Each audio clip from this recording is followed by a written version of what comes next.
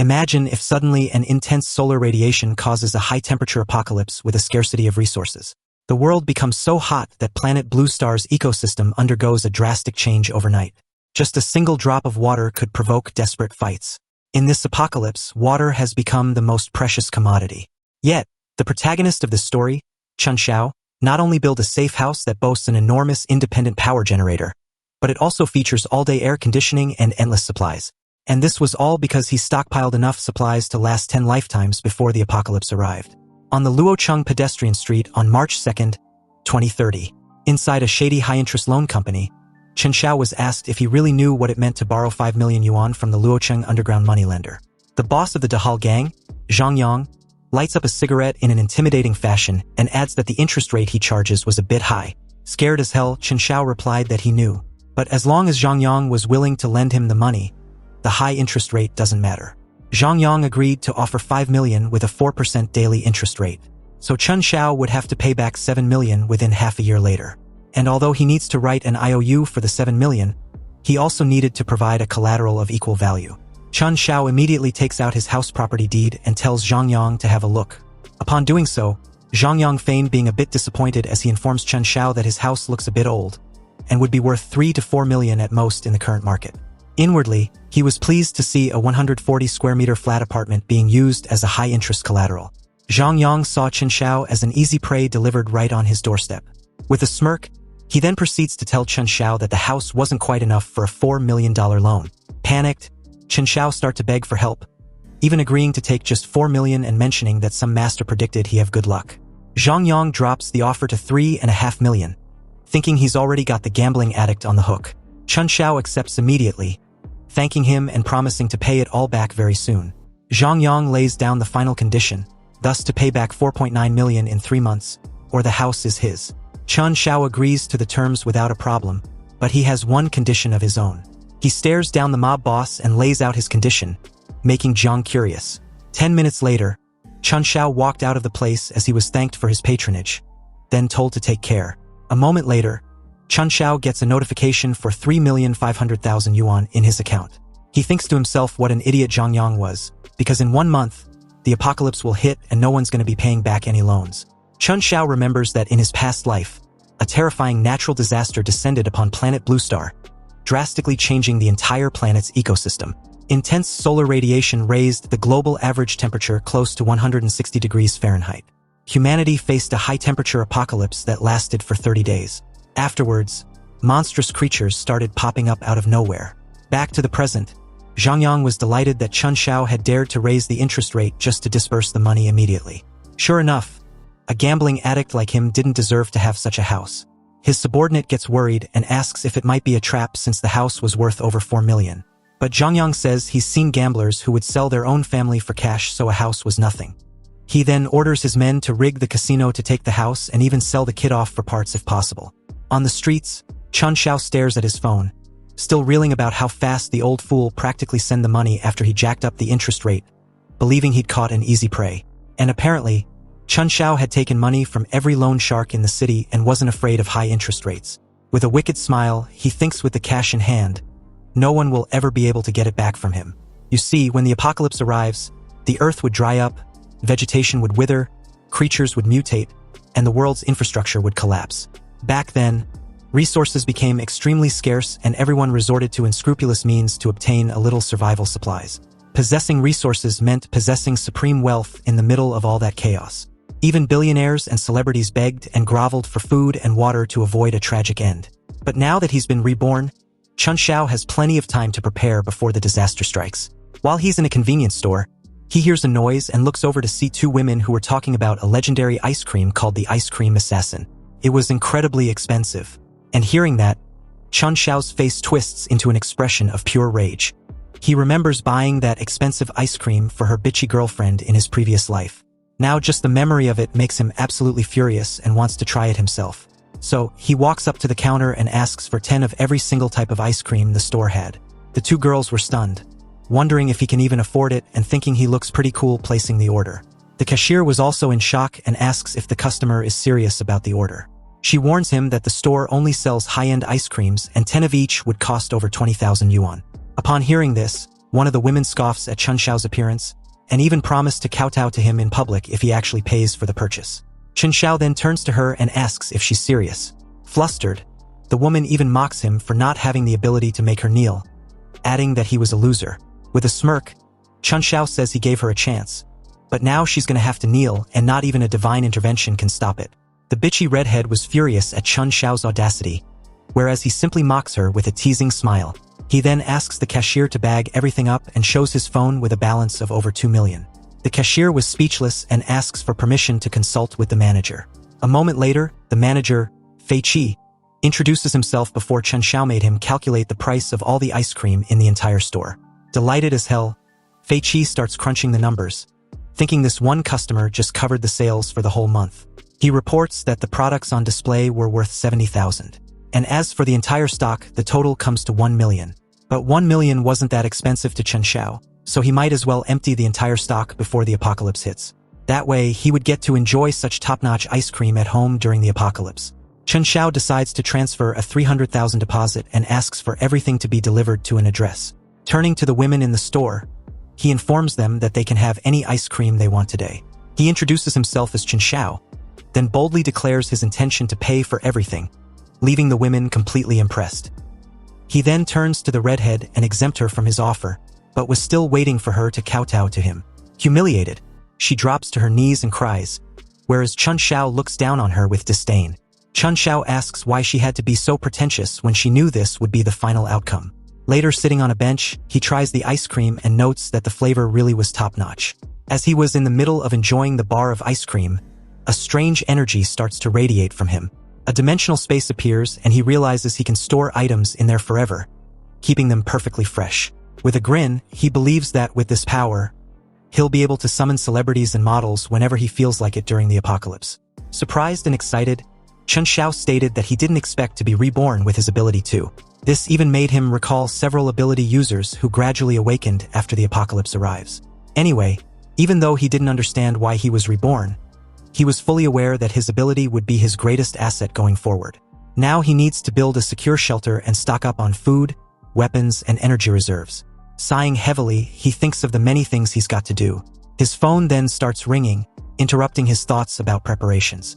Checking the call, he sees the name Lu Wanqing and grumbles about his rotten luck. He glares at the name of the woman who left such a negative mark on his past. A memory surfaces of when Lu Wanqing appeared in his life like a ray of light right after his parents passed away. But the truth was, she was only after his inheritance and demanded an apartment and a dowry of 880,000 yuan. Lu Wanqing was a bottomless pit who drained all of his savings and even suggested selling his inheritance. He remembers how in the end, she wanted to sell his family's ancestral home just to buy an apartment for herself. In his past life, she introduced him to a powerful man saying he was the special material the guy was looking for. When the apocalypse hit, he tried to protect her, but the bitch sold him off like a cattle to team up with someone stronger. His captors then found him boring and simply considered whether they should just use him as food. In the end, not even his body was left in one piece. Back to the present, he smiles with a clear thirst for revenge. Since Lu Wanqing called him, it was time to settle the score. As the scene shifts to a luxury hotel, Lu Wanqing hears Chun Xiao asking if something was wrong. Lu Wanqing feigned being heartbroken and explained that she was out with some friends and accidentally lost a gold necklace she really loved. With a wicked grin, Chun Xiao expressed his desire to buy her a new one. In fact, he promised to buy her 10. Lu Wanqing is surprised by Chun Xiao's generosity, and he lied that he'd made a little profit investing in crypto, so he had decided to spend some on her. Lu Wanqing warns him about potential scams, but Chun Xiao replied that he was tired of playing small, so he had decided to invest big. Chun Xiao then reveals he needs a loan and wants her to be a witness, offering 5% of the amount as a fee. Stepping out of the bathroom, an old man asks why she was taking so long in the shower. Lu Wanqing's tone immediately turns coquettish, pleading with the old geezer, whom she calls Honey, to wait just a little longer. She would be ready right away. She thinks to herself that the old geezer only gives her 5,000 a night, but signing the paper for Chun Xiao will get her 50,000 with zero risk. And at that moment on the other end, Chun Xiao's expression turns wicked just thinking of having his revenge. He expressed his desire of waiting for the bitch to fall into his trap. Anyway, the scene then shifts to a high-rise building, where Chun Xiao meets a specialist who would be in charge of building his safe house. According to Chun Xiao, within 1 month, he wants his apartment to become an impenetrable fortress. The windows need 3-meter bulletproof composite glass with invisible anti-theft mesh installed. The walls should also be reinforced into 3-meter bulletproof exterior walls, earthquake resistance rating of and/or higher. The entire roof should be paved with solar panels, plus an independent power generation system to ensure electricity, configured with an air purification filtration system to prevent external toxic gases from entering. Independent ecological system including 72 hours of oxygen supply and a water circulation device. Equipped with explosion-proof doors, and the entry system should have a dual verification, biometric recognition and mechanical lock. In short, within 1 month, it must be rebuilt into an impact-resistant house with a life support system. The guy was shocked, wondering if his client is an apocalypse delusionist who'd watched too many sci-fi movies. Chun Xiao pressures him, reminding him that his resume stated that he was a defense master who'd designed bunkers for top billionaires. In the moment, the engineer then thinks he'd found another rich guy who's been brainwashed by doomsday theories. Chun Xiao then shows his phone and offers a 1 million deposit, telling the man to name his price. The guy was ecstatic, thinking he's found a rich idiot. He believed this single job will set him up for life. Chun Xiao warns him that the quality of the materials will be inspected, and the man promises to build everything solid as a rock. But in that moment, they were both thinking different things. The engineer plans to rip him off, and Chun Xiao knows the guy won't be around to collect the rest of the payment. With the fortress underway, Chun Xiao thinks about the next step, like stocking up on supplies, medicine, and food. He knows that in the apocalypse, the most dangerous thing was other people, and firearms are hard to come by. With that in mind, he walks down the street while scrolling through his phone, looking for a solution. He finds a contact that promises a secure source and honest dealings for illegal goods. So he asks how to buy and gets an address with a meeting time set for 8 p.m. Arriving at the location, Chun Xiao finds it odd that the seller chose such a busy place. Suddenly, a woman runs right past him while being chased by 3 angry men. There's panic all over her face as she tries to escape down the dark street. The aggressors catch up to her and accuse her of trying to pull a fast one on their turf. In desperation, the woman grabs onto Chun Xiao's arm and begs for help. Chun Xiao was shocked to recognize her as Liu and wonders what she's doing there. He watched the situation in astonishment as the 3 caught up and forcefully grab her by the hair. Liu cried and begged for help. But still in a daze, Chun Xiao looked at her closely to confirm her identity, remembering his middle school days when Liu was the genius goddess looked up to by countless boys as a radiant light.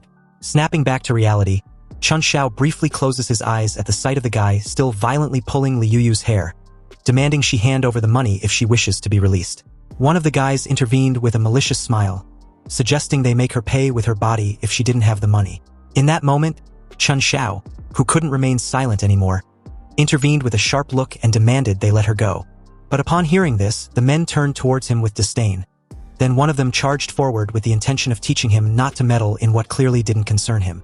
But Chun Xiao dodged the attack with unexpected ease and agility. He grabbed the attacker's hand and twisted it with force that made him scream in pain. Then, with a lightning-fast movement, he knocked him to the ground with a powerful punch. At that moment, a system window announced the detection of intense negative emotions of fear, pain, and anger. Chun Xiao stood amidst an aura of energy, surprised by the activation of the negative emotion harvesting system, something he didn't possess in his previous life. The situation didn't give him time to think as the guy forcefully tore off a piece of Liu's clothes, before threatening to kill her if Chun Xiao moved a single step. But another person suddenly intervened, throwing a brick with amazing speed and accuracy which hit the guy squarely in the face, nearly knocking him out. The other 2 were stunned for a moment, but after mocking them as trash, this person, Mutsong, also scolded them for bullying a defenseless girl. The men flew into a rage and rushed towards them with weapons in hand, screaming with the intent to kill. But the 2 faced them without any ounce of hesitation, countering their attacks with ease. While Mutsong managed to take down the guy with the bat, Chun Xiao focused his gaze sharply on the other before he was dealt with a powerful kick that literally knocked the air out of the guy. He then switched to a punch straight to the face, whereas Mutsong delivers a devastating kick of his own to send the other flying, then followed it up with a stump to the stomach. In less than no time, Chun Xiao and Mutsong stood over the bodies of the aggressors who had been beaten shitless. Chun Xiao gave them a cold look and ordered them to scram. The 3 immediately fled screaming in terror as the system also announced gaining a point each in fear, panic, pain, despair, and humiliation. This negative emotion harvest points reached 10 for the first time, unlocking an expansion for his spatial storage. Chun Xiao smiled to himself, realizing that the idea of harvesting negative emotions from others was truly interesting. As he reached over to help Liu, she thanked him for saving her even though she was a bit taken aback of running into him. Out of concern, Chun Xiao asked if she was hurt, then gave her a shirt to use to cover herself. He advised her to be careful before seeing her off. Meanwhile, the moment Liu Yu left, Mutsong mocked how awful Chun Xiao's heroic feat of saving the beauty was. He then introduced himself and asked for Chun Xiao's. Realizing that Mutsong was the person he came to meet, Chun Xiao skipped the pleasantries and demanded they do the exchange. Mutsong was surprised that Chun Xiao was the buyer, considering the coincidence that brought them together as a stroke of fate. Mutsong tried to use a strange secret code for introductions, but Chun Xiao just stared at him coldly and straight up calls him a fool. The system immediately detected emotions of astonishment and confusion from Mutsong before Chun Xiao rectified the situation with a loud laugh, claiming it was just a joke to lighten the mood. Then he stated the password they had agreed upon. Mutsong believed it and invited Chun Xiao to follow him enthusiastically. They arrived at an isolated house, where Mutsong displayed a box containing a Russian-made pistol, praising its durability and power, while warning at the same time about the scarcity of ammunition and the need to use it wisely. Chun Xiao inspected the weapon like a pro, impressing Mutsong, who considered him as a real expert.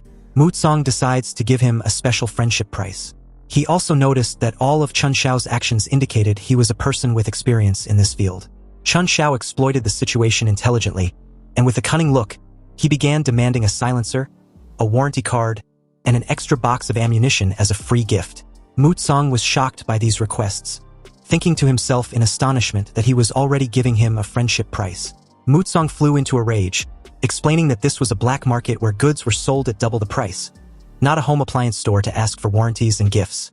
With Mutsong's increasing negative emotion points, Chun Xiao decided to end the act and paid the money immediately. Inwardly, he was satisfied to have finally obtained everything he needed. Now there was only one thing left. The scene shifted to a luxury hotel under the moonlight, where Lu Wanqing was waiting impatiently for Chun Xiao. When he finally arrived acting all affectionate and caring, Lu Wanqing couldn't help asking what took him so long. Her legs were getting sore just standing. Then, in a coquettish tone, she asked Chun Xiao if he was sure his plan was risk-free. Chun Xiao reassured her, explaining that it was just a formality. And besides, he wouldn't ever dream of scamming his most cherished treasure. Hearing this, Lu Wanqing was totally hooked. She grew confident, recalling how Chun Xiao had been practically worshipping the very ground she walked on. From nearly selling his own blood just to buy her a handbag to wanting to sell his inheritance for a dowry. Lu Wanqing was absolutely certain Chun Xiao wouldn't have the guts to cross her. In the loan office, Zhang Yang praised Lu Wanqing's beautiful signature while she signed as a guarantor. Inwardly, he thinks of how naive she believes her signature was just a formality. But the moment that ink dries, the debt would fall on her head and she wouldn't be able to pay it back. Zhang Yang couldn't help just thinking of how Lu Wanqing would have no choice but to pay with her body. Meanwhile, the very moment Lu Wanqing finished signing the document, Chun Xiao thanked her inwardly, as her greed was what enabled him to pay the final installment for his safe house. Everything progressed smoothly after that before Chun Xiao returned to inspect his safe house. The engineer confirmed that the place had become a fortress with military standards, thermally insulated and resistant to explosions and even nuclear attacks. Chun Xiao paid the engineer generously and thanked him for the solid quality of work. In his safe house, while sitting on the sofa, breaking news blared about unprecedented solar activities and extreme heat waves that would hit the planet. The news warned of temperatures that would shatter records, while Chun Xiao polished his pistol with a white cloth. He directed his gaze towards the window with a sharp look full of determination, whispering to himself that the decisive moment had arrived. He walks to the window to look at the city. A massive burning solar flare dominates the sky, bathing the world in a terrifying fiery light as the catastrophe begins. On the television, a news anchor reports a massive solar flare has hit Earth. She warns of extreme global temperatures reaching 45 degrees Celsius and advises people to stay inside. The heat is immediate and oppressive. As sweat pours down his face, Chun Xiao grimly knows this is only the beginning. The entire city is scorched by a blinding light as the massive sun turns the metropolis into an oven. Civilians are already suffering. One woman splashes water on her face, trying to cool her burning skin. Drenched in sweat, she leans over her balcony, complaining that the weather is killing her and wondering how long it will last. On the street, a chubby shop owner in a floral shirt uses a megaphone. He tells frightened neighbors that temperatures will keep rising and warns of a supply shortage, urging them to buy his last batch of goods before rationing begins. The owner wipes sweat from his forehead. He isn't worried about the disaster. He just grins, thinking the heat wave is a perfect chance to make a fortune. A group of women approaches his stall, asking him to lower the high price of his watermelons. One of them crouches to inspect the fruit. The shop owner looks down at her with a lecherous expression, clearly more interested in her body than the sale. Leaning forward with a creepy smile, he tells the woman that if she buys 2 melons, he'll give her a discount and a free pack of tissues. He then suggests the women come to his house at night to enjoy his air conditioning. Looking uncomfortable, they quickly decline his offer. Undeterred, he leans uncomfortably close to the woman's face, pressuring her to buy now since there might be no food for sale tomorrow. However, his attitude shifts when 2 men ask for a lower price on water. He angrily points at them, shouting that he runs a small business and allows no bargaining. As the greedy boss carries away a box of supplies, he is unaware of Chun Xiao watching him from the shade with a cold, silent gaze. Chun Xiao stares coldly, his eyes narrowing as he recognizes the shop owner as Li Dafu. The encounter triggers a painful memory from his past life of a humiliating moment in this very store. He remembers Li Dafu shouting to a crowd, accusing a younger Chun Xiao of theft and claiming to have caught the poor kid red-handed. Li Dafu twists young Chun Xiao's arm. When the boy explains he only picked up a fallen item, Li Dafu mocks him, refusing to believe it and demanding payment. In his memory, the crowd of bystanders judges him, gossiping about his upbringing and assuming his silence is an admission of guilt. Overwhelmed and terrified, young Chun Xiao weeps and stutters that he didn't steal, but no one believes him. Now Chun Xiao stands stoically in the shop, the room's silence a stark contrast to his noisy memories. He notices a price tag on a shelf. A simple pack of onion potato chips costs an outrageous 50 yuan, marked as a manager recommendation. Chun Xiao picks up the bag and sarcastically asks Li Dafu if the chips are made of gold or prevent heat stroke for such a high price. Sweating profusely, Li Dafu turns around with an annoyed look. Chun Xiao's system activates, notifying him he has harvested disdain of 3 points from the shop owner. Losing patience, Li Dafu snatches the chips from Chun Xiao, yelling at him to get lost if he can't afford them. The system chimes, detecting 6 points of irritation. Unfazed, Chun Xiao smirks.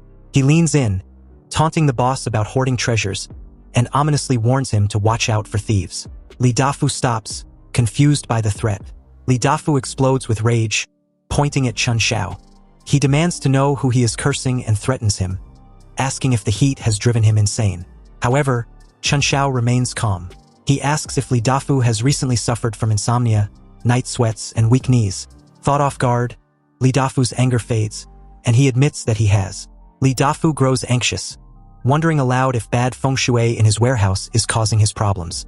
Chun Xiao leans in close and grabs the shopkeeper's face.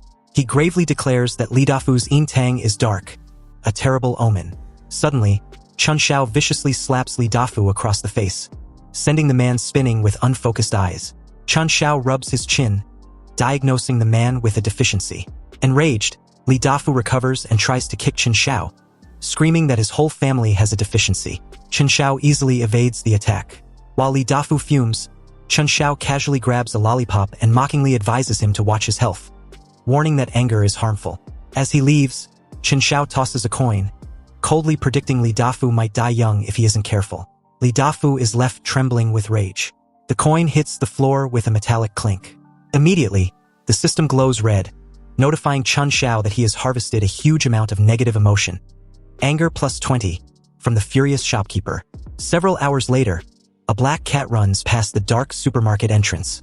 Chun Xiao stands before the glass doors, reflecting on his past life. He remembers swallowing his anger when bullied and vows that in this life, he will get everything back with interest. A sinister look crosses his face as he checks his system.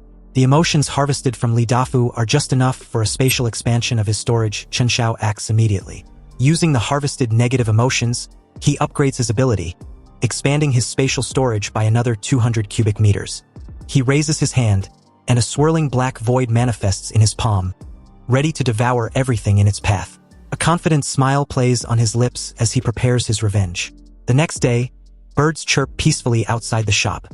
Still recovering from their confrontation, Li Dafu walks toward his store, unaware of what awaits him. Nearby, Chun Xiao watches from the bushes. Suddenly, Li Dafu freezes, his jaw dropping as he looks through his supermarket's glass doors. He stumbles inside and stands paralyzed in the middle of the room. The reality hits him. The shelves, once stocked with overpriced goods, are now completely empty. Every item has vanished, leaving the metal racks bare. Li Dafu's face darkens with rage. His mind races, wondering where his goods have gone. Unable to contain his fury, he grabs his head and screams, demanding to know who robbed him. In his safe house, Chen Xiao watches a live video of Li Dafu's breakdown. The system notifies him that Li Dafu's suffering has generated 66 negative emotion points. Chen Xiao calmly sips a cold soda. He smiles with satisfaction as he watches his enemy suffer, enjoying his petty but satisfying revenge. Back at the store, the chubby bastard continues to scream for the thief to show up and return his stock. In a fit of rage, he kneels onto the empty floor, completely out of control as he cries bitterly. The crowd outside gossips, thinking he's just faking it to raise his prices. Two women then comment that they heard rumors about a mysterious shadow the night before. Upon hearing this, Li Dafu panics, and the system collects all his fear and suspicion. In the middle of the crowd, Chen Xiao eats a chip and thinks the emotion farming is going great.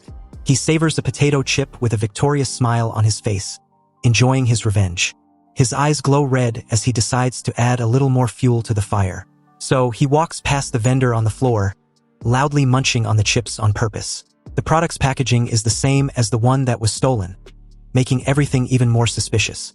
Faced with this, Li Dafu recognizes the packaging instantly and yells that the product is his. Chen Xiao then repeats the same taunt from before about the absurd price of the chips. With a smirk, he reminds the vendor that hoarding too many treasures can end up attracting thieves. Li Dafu loses his patience and grabs Chen Xiao, accusing him of stealing his entire stock. Chen Xiao remains calm and faces the merchant's fury. While being held by the chubby bastard, Chen Xiao asks if he has any proof for the accusation.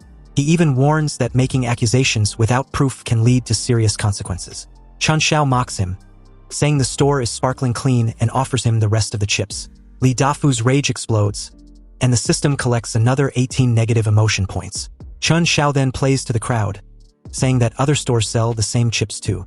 The crowd starts to have doubts, and the vendor wonders how the kid got so bold all of a sudden. He proposes a bet if they don't find anything stolen.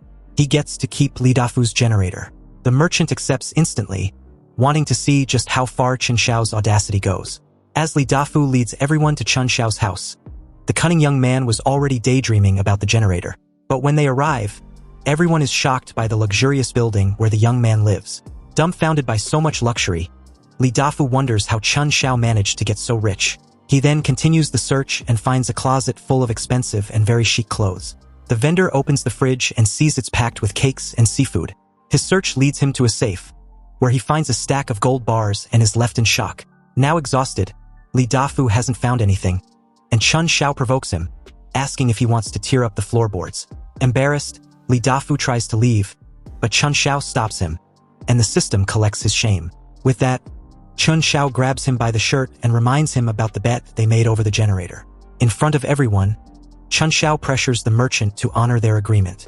Li Dafu tries to back out, but Chen Xiao reminds him of the false accusation, and the system detects impatience. Because of this, the crowd starts to criticize the chubby vendor for not keeping his word and being dishonest. Furious with the situation, Li Dafu tries to punch Chen Xiao, but the attack was utterly useless. Chen Xiao catches the attacker's hand in midair with a strength that makes him wince in pain. From there, he twists Li Dafu's arm, throwing him to the ground as he screams in agony. Then, the system chimed in with 70 points after detecting negative emotion of pain. Faced with this unbearable pain, Li Dafu finally gives in and agrees to move the generator now. Chen Xiao then tells him to be quick about it, thinking that without the generator, he's gonna suffer big time in the future. The system detects all the fatty vendor's humiliation of 30 points, pain of 86 points, and fear of 101 points. Chen Xiao was smiling with satisfaction when suddenly, his cell phone starts to ring, and the name Lu Wangqing appears on the screen. On the other end of the line, Lu Wangqing complains that some debt collectors have been following her for the past 2 days. She asks why she's being followed, and Chen Xiao listens to everything with a cold expression. On the phone, Lu Wangqing yells, demanding to know why the Dahal gang is after her now. Chen Xiao plays innocent and says his heart breaks at her distrust. Inside, he's smiling with satisfaction, as the gang was much faster than he expected. With complete calm, he asks if the guys already know where she lives, or if they've said anything to her. Lu Wangqing replies that she managed to lose them, but keeps insisting on knowing the whole truth. Chen Xiao reassures her, telling her not to overthink it, as it could all be just a misunderstanding. He then takes a seat to enjoy a very luxurious meal. And on the other end of the line, Lu Wangqing is completely shocked by what she's seeing on her screen. He shows her a plate of grilled salmon, just to provoke her a little more. She can't believe it and asks how he can still get food of that quality.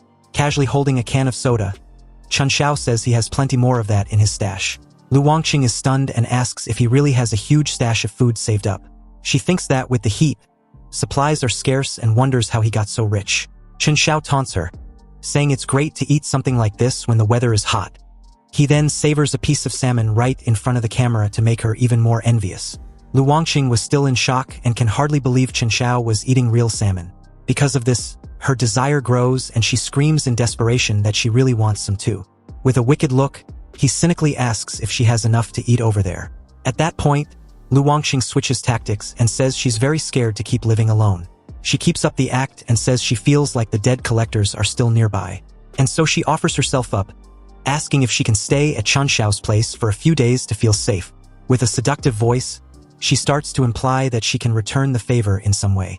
Lu Wangqing then expressed her desire to keep him company if he shelters her. Chun Xiao smiles victoriously. His plan had worked, and the bitch fell for the trap, hook, line and sinker. He teases her, reminding her that she never let him visit, but is now willing to send the address for him to pick her up. Lu Wangqing says the situation is different now and sends her address because he's her protector. With a triumphant smile, he tells her to wait at home and not to wander around to avoid trouble. Lu Wangqing, on the other hand, underestimates him, thinking he's just another fool who fell for her charms. Chun Xiao hangs up the phone, thinking how arrogant she used to be, and now she's selling herself out for food. With a cold look, he's already planning the next steps of his revenge against the gold-digging bitch. Suddenly, the doorbell rings and an old woman with a child was at the door, calling for him. Chun Xiao goes to the door and looks through the peephole to see who's on the other side. Upon opening it, he greets Auntie Wang and asks calmly what she wants. This old neighbor says her air conditioner broke and asks to stay at his place because of the heat. Chun Xiao reminds her that she called him a beggar and had the security guards throw him out in the past. A memory then shows the woman and her husband mercilessly humiliating a young Chun Xiao and his mother. Back in the present, Auntie Wang tries to justify herself, saying that was all a long time ago. She gets furious and accuses him of being inhuman, but he scoffs that at least he has air conditioning. With that, Chun Xiao slams the door in her face without any hesitation. The woman curses him out and the system detects her anger, collecting 38 negative emotion points. From inside, Chun Xiao just smiles, satisfied to have gotten revenge on one more person. After that, Chun Xiao swaps the SIM card in his phone with a new one. And with the new number, he prepares to put the next part of his plan into action. He then makes an anonymous call directly to the members of the dangerous Dahal gang. He informs them that he knows Lu Wangqing's address and that she lives alone, making her an easy target. With everything set up, he just waits for things to unfold. Shortly after, Chun Xiao goes to the balcony and observes the city, thinking about Lu Wangqing's fate. With a satisfied demeanor, he thought to himself that the show is about to begin. Night falls over the city of Luocheng and an air of tension spreads. Meanwhile, that very night, Lu Wangqing admires herself in the mirror, confident that she will soon move into the comfort of Chun Xiao's air-conditioned fortress. Sitting on the edge of her bed, she gets lost in arrogant fantasies. She envisions Chun Xiao kneeling to serve her, convinced that a carefree life of luxury is the only thing worthy of her status. Completely relaxed, she lies back and lights a cigarette, waiting for Chun Xiao.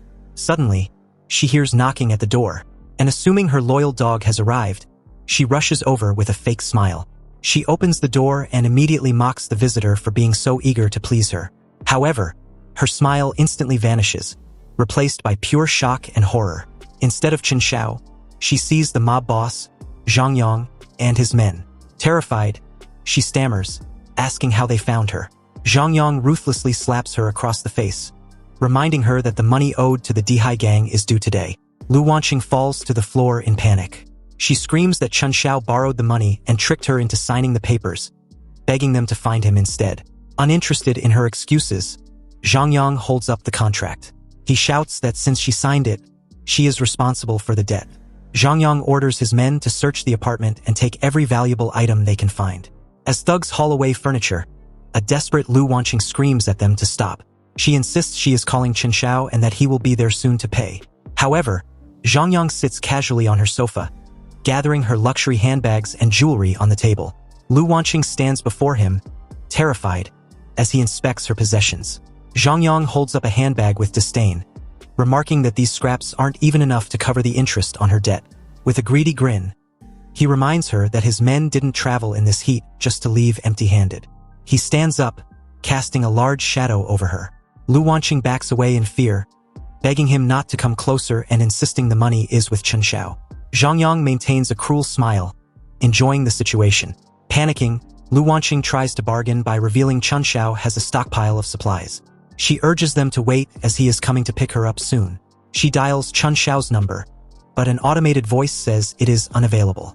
Sweat runs down her face as she listens to the recording.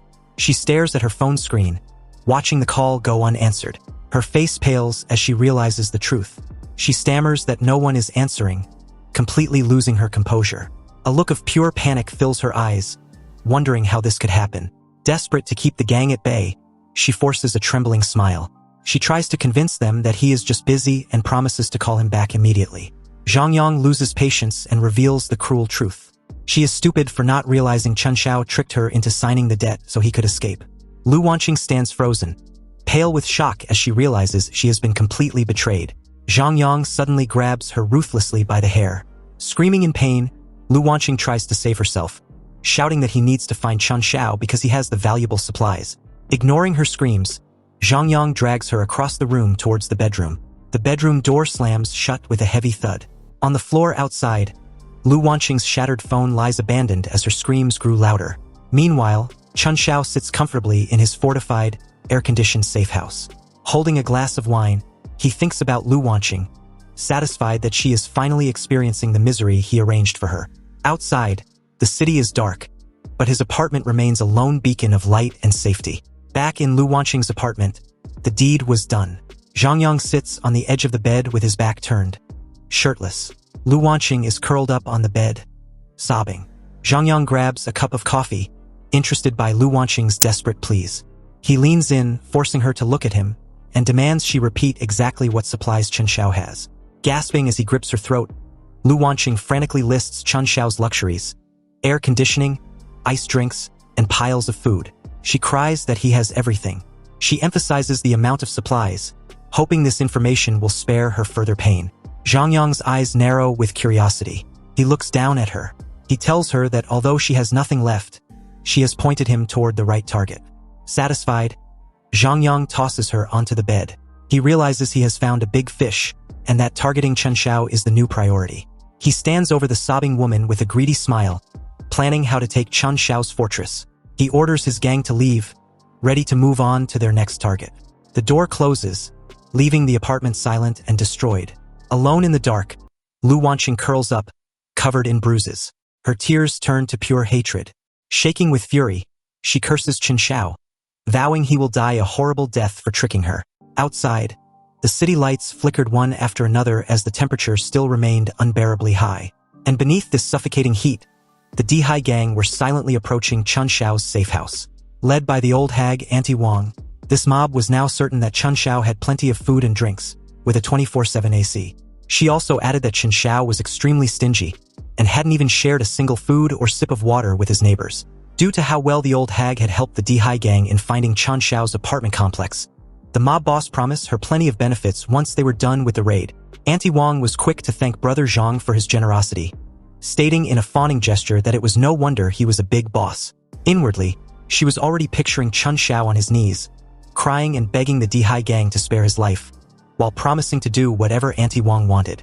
A sly grin spread across her face as she genuinely believed it was a done deal, and she was only there to see just how arrogant Chen Xiao can be this time around. With just a road crosswalk distance between the mob and Chen Xiao's apartment complex, Brother Zhang suddenly had a thought and suspected Chen Xiao to be up to no good. He instructed 2 of his men to take the lead.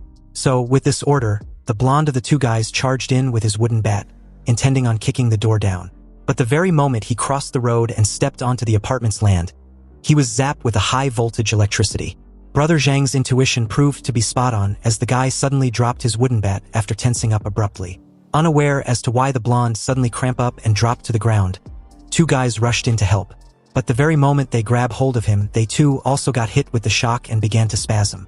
The electrocution persisted as they wailed and cried for help, their bodies gradually beginning to char. This sent the rest into a state of utter disbelief and total confusion, especially Auntie Wang.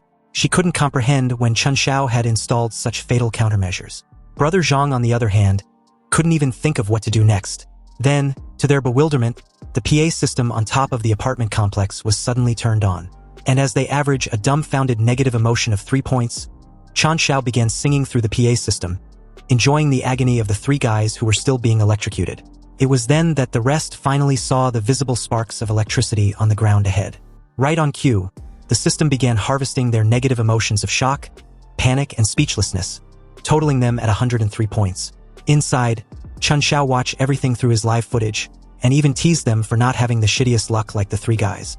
But if they're still not convinced, they can just step a foot onto the protective electric grid. Brother Zhang yells for Chen Xiao to cut the crap and pay back the debts he owes. It was a matter of principle, so if he returns the money, they can call it even and depart on good terms. Auntie Wang also chimed in, pointing out that Chen Xiao had money to renovate, but is refusing to pay his debts. She then questioned if this was how Chen Xiao's parents raised him. Chen Xiao continued to watch with a smug look, before his expression suddenly turned dark, his tone cold as ice as he informed Brother Zhang that the 4 million market price of his apartment was more than enough to offset the 3.5 million loan. And since Brother Zhang had the deed, his debts was settled. As for Lu Wanqing's debt, it had nothing to do with him, so he should go find her.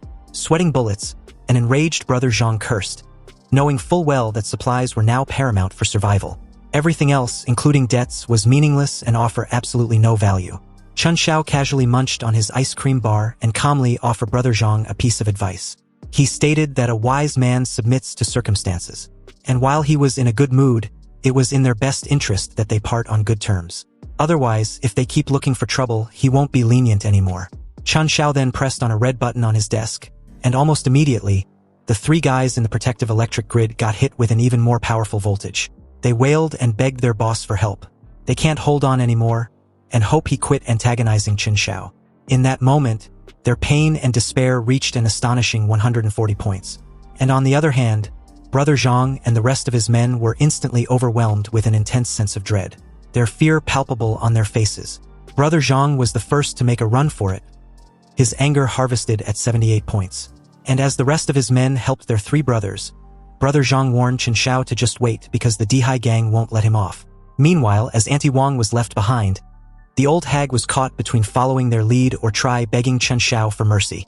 In that moment, she felt like a tiny prey in the sight of a ferocious beast. The very next morning, everyone was locked inside their home as the temperature reached 52 degrees Celsius. And as they suffer silently under such unbearable heat, Chen Xiao was happily enjoying a meal. On the television, a news anchor reports the recent cases of death from heatstroke appearing in many areas of the city. So citizens were now advised to avoid going out as much as possible. Chen Xiao noticed the excessive buzzing of his phone and checked the homeowners group chat. There, he saw that Li Dafu and Auntie Wang were soiling his name. They call him selfish, questioning if he was even human. Obviously, he was unfit to be a neighbor. He clearly has supplies but refuses to share just a little. Chen Xiao seemed to enjoy watching the elderly and children die from the heat and hunger. The moment these comments were posted, the flying monkeys also chimed in, trying to morally blackmail Chen Xiao into sharing his supplies. Casually taking a sip of water, Chen Xiao mindlessly scrolled through the messages in the group chat. At the same time, the negative emotion from them also kept pouring in. Jealousy was at 99 points, and anger was at 101 points, tallying his negative emotional value above 1,000 points. With this achievement, the system immediately started calculating suitable rewards. Inside his climate-controlled Safehouse, Chen Xiao stands before his open refrigerator, stocked with fresh food and drinks. To taunt his suffering neighbors, he smirks and takes a photo of his supplies. He posts the picture to the group chat, joking that his stockpile is large and asking who wants some. The neighbors bite the bait. Residents beg for a share. Auntie Wang shamelessly asks for delivery due to her bad legs, and others arrogantly demand water. Chen Xiao's expression turns cold. He replies that he isn't running a charity for freeloaders and will only accept trades of equal value. The neighbors' begging instantly turns to fury. In the chat, Auntie Wang and others insult him, calling him selfish and cursing him with karma. Having harvested enough negative emotions, Chen Xiao leans back on his sofa with a fresh apple. Suddenly, a system notification gets his attention. The system announces his negative emotion value has reached 3,000, unlocking spatial cut, a new skill that creates a microscopic rift within 3 meters. Intrigued, Chen Xiao activates the skill. He focuses on the apple on the table. With a swift hand wave, he unleashes the invisible blade, slicing the apple perfectly in half. Chen Xiao smiles, a dangerous glint in his eyes, thinking his survival game just got more interesting. That night, an orange off-road vehicle stops suddenly on a deserted city street. A woman in red high heels steps out. It is Lu Wanking in a black evening gown, looking arrogant and ready for revenge. Suited bodyguards stand by the open jeep door where mob boss Zhang Yang sits, exhaling smoke. He looks intense as he lights a cigar, preparing for the raid. On the street, Zhang Yang asks his subordinates to confirm if this is Chun Zhao's location. His men confirm the target is in the complex's innermost building. To show his ownership, Zhang Yang gropes Lu Wanking's backside. He holds her close and teases her, asking if she'll feel heartache seeing her former lover raided. Lu Wanking plays the devoted mistress, leaning into him seductively and claiming her heart now belongs only to him. She speaks of Chun Xiao with pure disdain, calling him a useless piece of trash. However, her face twists with fury as she declares that tonight, Chun Xiao will die. Their conversation is interrupted when Zhang Yang spots someone approaching from the residential area. It's Li Defu, the supermarket owner, and a neighbor. Driven by greed, they run to the gang, offering to help block Chun Xiao's escape in hopes of getting on their good side. Zhang Yang looks at the desperate neighbors and makes a deal. If they help capture Chun Xiao, he will share a portion of the supplies with them. Li Defu, thinking he's safe, eagerly leads the gang, calling the mob boss Big Brother and promising a shortcut. Meanwhile, other neighbors are looting supplies on the street, unaware of the approaching danger. The gang, led by Zhang Yang and Lu Wanking, follows Li Defu as he explains the complex's layout. However, when Li Defu points to his own home to show solidarity, a red-headed thug coldly says the entire building now belongs to them. Panic sets in. The gang is surrounded by an anti-Wang and a neighbor scream, realizing the gang plans to take everything, even from those who helped. The mob shows no mercy, beating the neighbors down. Lying in the dirt, they regret their greedy mistake of trusting these beasts. With the neighbors subdued, Zhang Yang, Lu Wanking, and their armed thugs prepare to move on to their main target. They gather at the base of Chun Zhao's building, looking up at its high walls. Suddenly, a massive armchair hurtles down, crashing on the pavement in front of the startled gang. Unconcerned by the army at his doorstep, sitting in the armchair, he looks down at the mob and asks with a smirk if they're all looking for him. Zhang Yang hugs Lu Wanking and yells up, threatening death and demanding supplies in exchange for leaving Chun Zhao's corpse intact. Chun Xiao ignores the threat, simply wiping his mouth with a napkin. His eyes glow with a menacing red light as he glares down, scolding the mob boss for rudely disturbing his meal. Zhang Yang's eyes widen, shocked by his prey's arrogance. Furious, Zhang Yang points at the building and screams for his men to cripple Chun Xiao. The confrontation becomes a street brawl. Chun Xiao weaves through the gang, easily dodging a punch. Focused, he charges into the group, grabs a thug by the head, and ruthlessly smashes him into the ground. A muscular, mohawked thug leaps into the air, swinging a spiked flail. Chan Xiao anticipates the attack, sidesteps as the weapon hits the pavement, and counters with a powerful kick to the thug's jaw. Seeing his comrades fall, another gang member unsheathes an axe. He lunges with a deadly swing, but Chun Xiao remains calm, activating his spatial segmentation skill to intercept the blade. Suddenly, the fight is interrupted as a yellow canister lands right next to Zhang Yang and Lu Wanking. It detonates instantly, filling the street with a massive cloud of white smoke. Coughing, Zhang Yang realizes it's tear gas. Fearing a trap from a hidden accomplice, he orders his gang to retreat immediately. Inside the thick smoke, Chun Xiao casually dodges a final blind swing from a thug's axe. He spots a figure leaning against a building. The stranger comments on the trouble Chun Xiao caused, but admits his fighting skills are impressive. Chun Xiao glares at the man suspiciously, demanding to know why he's there. The figure steps forward, revealing he is Mu Chong, the arms dealer in the floral shirt. Tossing a gas canister, he asks if Chun Xiao is still interested in guns, claiming he has good merchandise. Mu Chong stares enviously at Chun Xiao's cooler box, amazed he has ice water in this heat. Chun Xiao gives him a bottle of water, but asks why he's so far from his own territory. Mu Chong explains that a rival, Lu Haifeng, has been stealing his business, and he was tracking his men. He admits he followed the rival's men here and was surprised by Chun Zhao's large stockpile, assuming he has special supply channels. Hearing this, Chun Zhao's eyes narrow with alertness. He turns sharply, demanding what Mu Chong is implying. Mu Chong quickly reassures him, clarifying he wants to propose a partnership, not pry. He reveals Lu Haifeng has a massive stockpile of purified water. He suggests Chun Xiao extract it, they store it here, and Mu Chang will sell it. Chun Xiao contemplates the offer in the dark, knowing rising temperatures will make water more valuable than money. He agrees to cooperate, leaving Mu Chang in pure shock. Chun Xiao demands a 9-to-1 profit split. Outraged, Mu Chang shouts that it's robbery. The system notifies Chun Xiao he has harvested a strong emotion of shock. Unmoved, Chun Xiao turns to walk away, saying there's nothing to discuss if Mu Chang isn't willing. Desperate, Mu Chang abandons his dignity and clings to Chun Xiao's leg, begging for an 8-2 split so he can eat. With tears streaming down his face, Mu Chang realizes Chun Xiao can't be swayed and must have a powerful trump card. Satisfied with his dominance, Chun Xiao sips his drink and agrees to the 8-2 split. However, he adds a condition. He gets first pick of all future goods, and Mu Chang sells what's left. Resigned, Mu Chang sighs and agrees. Chun Xiao takes command, ordering Mu Chang to first scout the target's layout and personnel. Later, the two overlook a massive industrial complex. Mu Chang explains it's Lu Haifeng's stronghold, with the front used for trading resources. The place is heavily guarded by men with shotguns on patrol. Mu Chang reveals a darker side of the stronghold, pointing to women captured to provide special services for the leaders.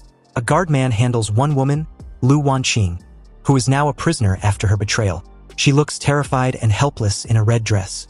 Mu Chang points out the rear water storage area, but admits he hasn't found the exact tank. Chun Xiao outlines his plan. He'll scout alone, and on his signal, Mu Chang must create a diversion. Mu Chang doubts how he can move the water by himself. Ignoring the doubt, Chun Xiao leaps from their vantage point toward shipping containers patrolled by guards below. Now on the ground, Chun Xiao moves confidently through the facility, dressed in dark clothing. However, he is quickly noticed. A guard stops him, noting his unfamiliar face and demanding his ID. Chun Xiao calmly shows a card, claiming Boss Lu sent him to count the water stock. The guard isn't fooled. He laughs, points his shotgun at Chun Xiao's back, and mocks the childish trick. The system registers the guard's mockery, adding to Chun Xiao's points. Chun Xiao decides his spatial cut is for more than peeling fruit. With cold resolve, he rests a hand on the guard's shoulder. He suddenly swipes the ID card. Infused with his spatial power, the plastic turns razor-sharp, slicing through the guard's neck. The guard collapses instantly, not comprehending what happened. As blood sprays from the fatal wound, another guard witnesses the gruesome scene. Chun Xiao's system registers a surge of horror and pain from the victim. Overcome with shock, the guard pulls out a pistol and, screaming in panic, aims at his partner's killer. The guard opens fire, the muzzle flash illuminating the dark industrial site. But Chun Xiao moves with superhuman agility, easily evading the bullets. He retaliates with a long-range spatial slash. The guard keeps shooting but is no match for the invisible blade, which slices him in half mid-stride. The system notifies Chun Xiao he has harvested massive fear and despair points. Gunfire shatters the stronghold's silence. Reinforcements rush to the scene, including a guard with a rocket launcher. Outnumbered, Chun Xiao hides in the shadows against a concrete wall. He stays still as the frantic guards run past, not noticing him. While Chun Xiao hides, a pale hand suddenly emerges from the shadows behind him. He freezes, shocked to realize someone has found his hiding spot. Outside, the stronghold is in chaos. Guards swarm the area around the massive chemical tanks, hunting for the intruder. Armed silhouettes patrol past corrugated metal buildings, weapons raised as they hunt the killer. The figure in the shadows is Li Yuyu.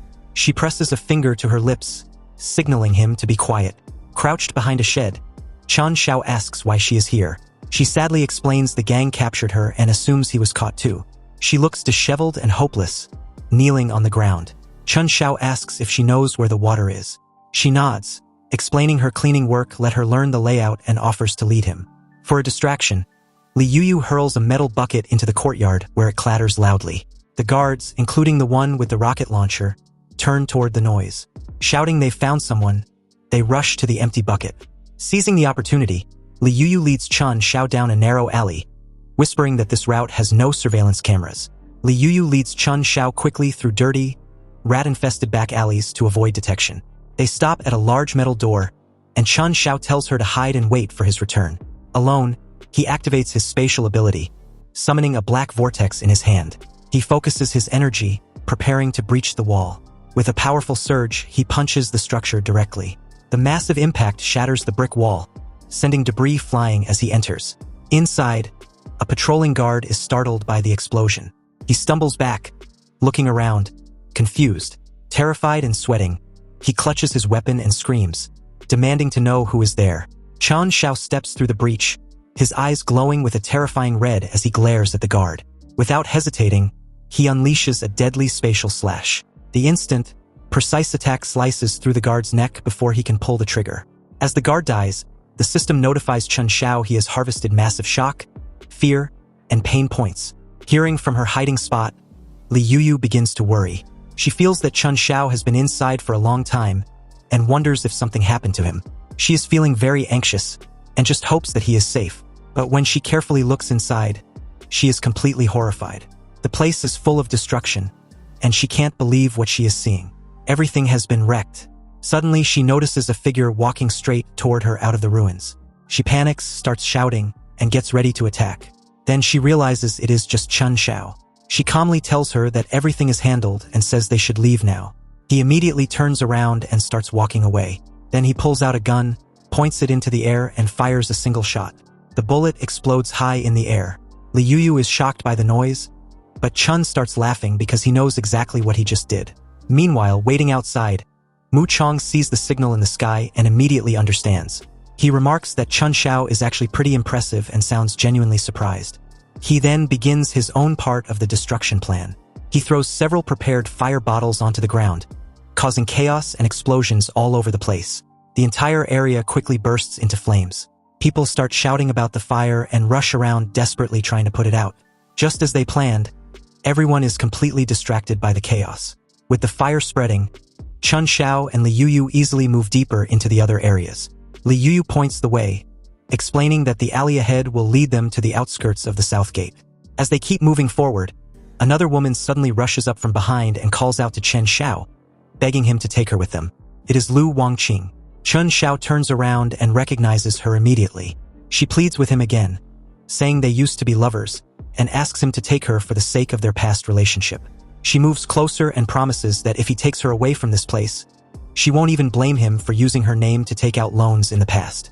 Chen Xiao responds coldly, telling her that she really doesn't understand the situation at all. In his cold tone, Lu Wangqing breaks down and starts crying. She sobs that the gang forces her to work every day, making her service old men. She explains that if she resists, they beat her, and if she tries to run away, they catch her and drag her back.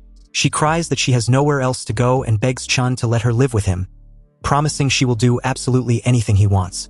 Chen Xiao looks at her and reminds her of everything she did. He asks if she ever thought about this day when she laughed at him for being poor, called him a simp, slept with old men behind his back, and even led Lu Haifeng to try and kill him.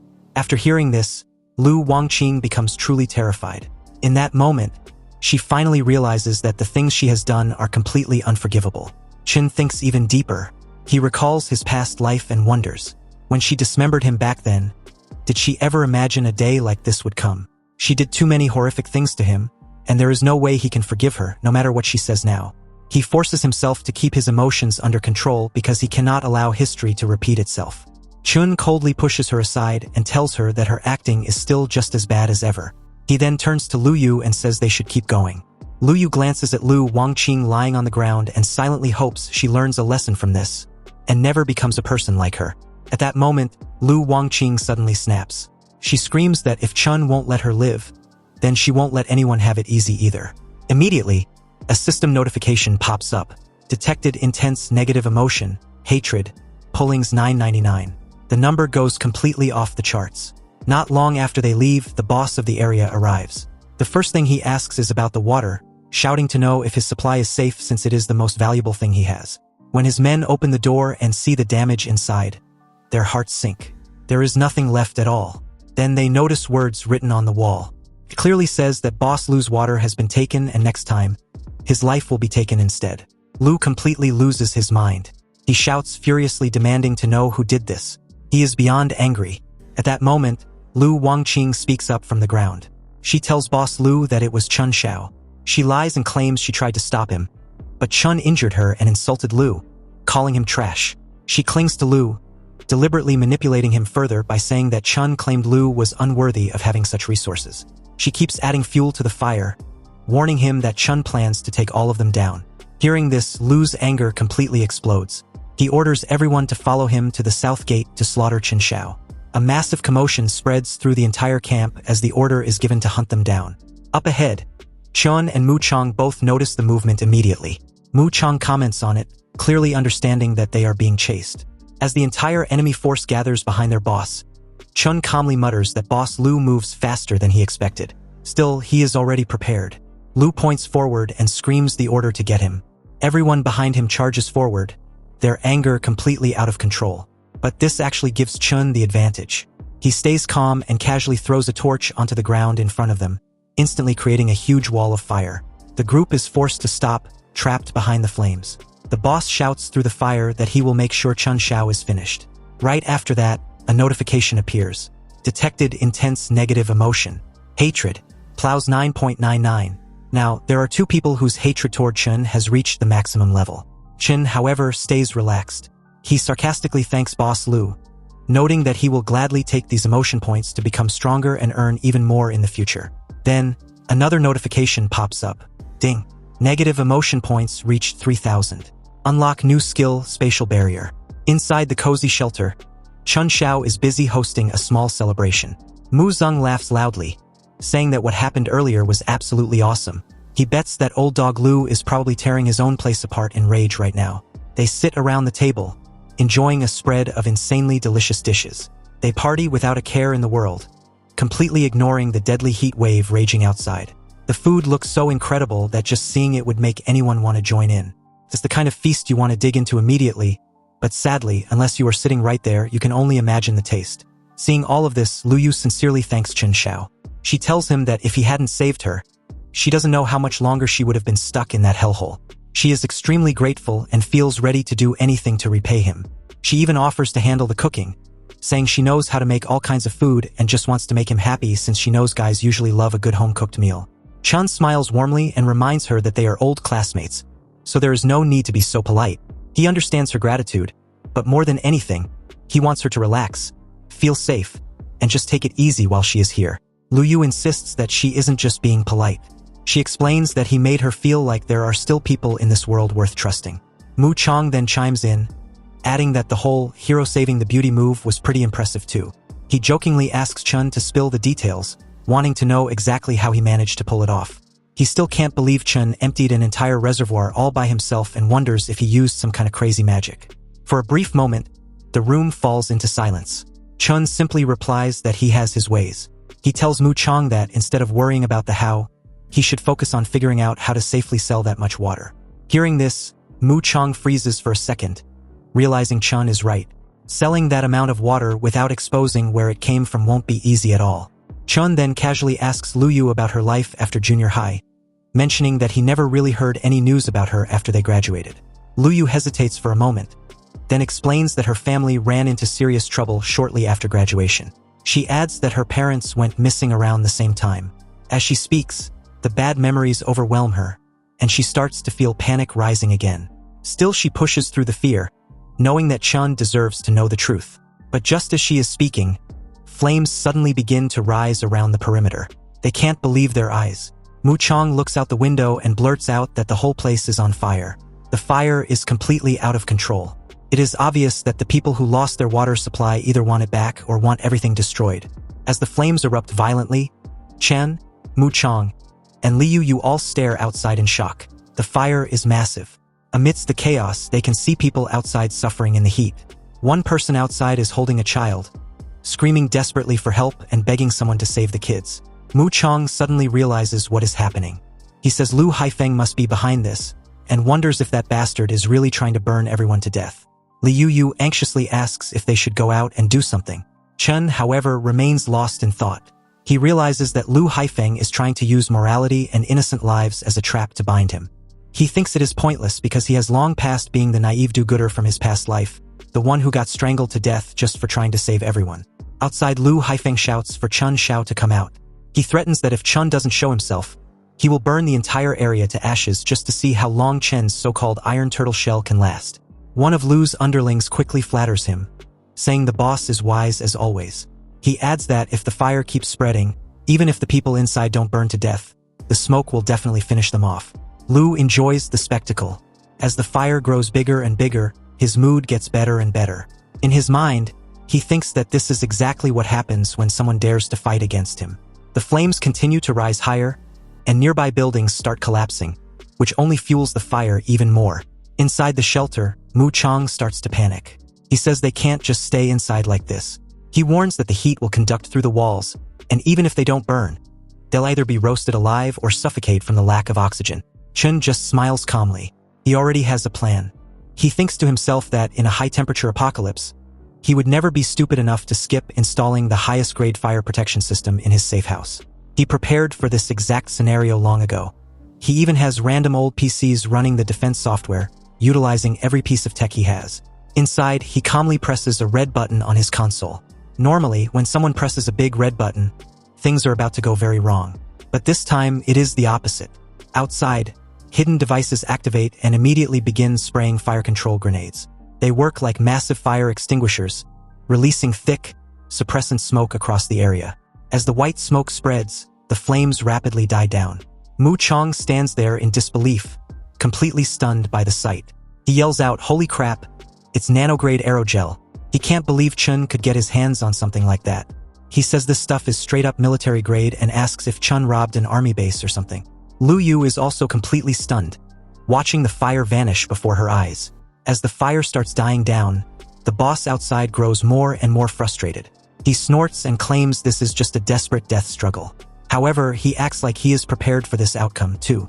Suddenly, one of the guys nearby tries to launch a sneak attack on Lu, thinking the boss is distracted. The guy swings his weapon with all his strength, but it is useless. The boss is far stronger. He takes the attacker down easily and orders everyone to keep attacking. He says he doesn't believe Chen's junk technology can last forever. He is ready to drag this out. The man beside him panics and stutters, telling the boss that their fuel is almost gone. He points out that the white mist from the house is way too effective. At that moment, Chen's voice echoes out from the shelter. He casually asks Boss Lu if he is done playing with fire and jokes, asking if he wants to come inside for a glass of ice water to cool off. Right after that taunt, a notification appears in front of Chun. Detected strong negative emotion, anger plus 888. The people standing around outside who were hoping to enjoy the fire show are now completely disappointed. With the flames dying down, there is nothing left to watch. Inside his head, the boss changes his mind. He decides that just killing Chen Xiao would be letting him off too easily. He realizes this house is fireproof, sturdy, and completely self-sufficient. In his eyes, it is the perfect shelter, and now he wants it for himself. Brute force didn't work. Fire attacks failed, so he decides there is no need to keep pretending anymore. He thinks that since it has come to this, no one should blame him for tearing away the last bit of civility he has left. As he looks toward the innocent civilians nearby, a look of pure fear spreads across their faces. Chun understands exactly what is about to happen, but he is already prepared for every possibility. With the fire burning nearby, Boss Lu shouts for Chun Xiao to get the hell out and look at all the people suffering because of him. The auntie immediately starts crying and screaming at Chun, calling him a damn little brat. She blames him for offending Boss Lu and dragging everyone down with him, demanding he come out. Meanwhile, another guy yells that Lu Haifeng is a bastard, declaring that if it really comes down to it, they will rush out and fight him to the death. Chun thinks to himself that using other people's lives to threaten him is the oldest trick in the book. Unfortunately, in this world, being soft-hearted is the same as committing suicide. Lu sneers, saying that if Chun wants to hide like a coward, that is fine. He will start with this old guy instead. He grabs an elderly man who is trembling and crying in fear. Suddenly, a voice shouts that Lu Haifeng will die a horrible death for doing this. Hearing that voice and seeing what is happening, Chun immediately recognizes the man as Grandpa Wang. He remembers how this old man once brought him water and told him to survive, saying that as long as he is alive, there is always hope. That memory finally sparks real anger in Chun. He turns and tells Mu Kong to stay inside and protect Yu, stating he is going to settle the score with Boss Lu. The others look at him in shock, but they also understand. As Chun walks out into the sea of flames, he calmly tells Lu Haifeng that their grievances are strictly between the two of them and have nothing to do with anyone else. Lu is still gripping the old man by the collar, a torch burning in his hand. Hearing Chen's words, he throws the old man aside and mocks Chun, saying he is finally willing to crawl out of his shell. He asks if Chun wants to play the hero. Then, he lays out his conditions: pay back the money, hand over the water, and give up his life. Only then might he consider letting the others go. Chun responds coldly that he has no interest in playing the hero. The two of them stare at each other intensely. Then Chun raises his hand and points forward. He says that fighting and killing are boring and only damage one's karma. He adds that he heard Lu started out running a casino, so why not settle this the way Lu knows best? He proposes a bet. If Lu wins, everything Chun owns will belong to him. But if Chun wins, Lu must release Grandpa Wang and get the hell out of this area. Boss Lu bursts out laughing and agrees right away. He throws a dice cup over and says they will bet on who rolls higher. 1 round to decide life or death.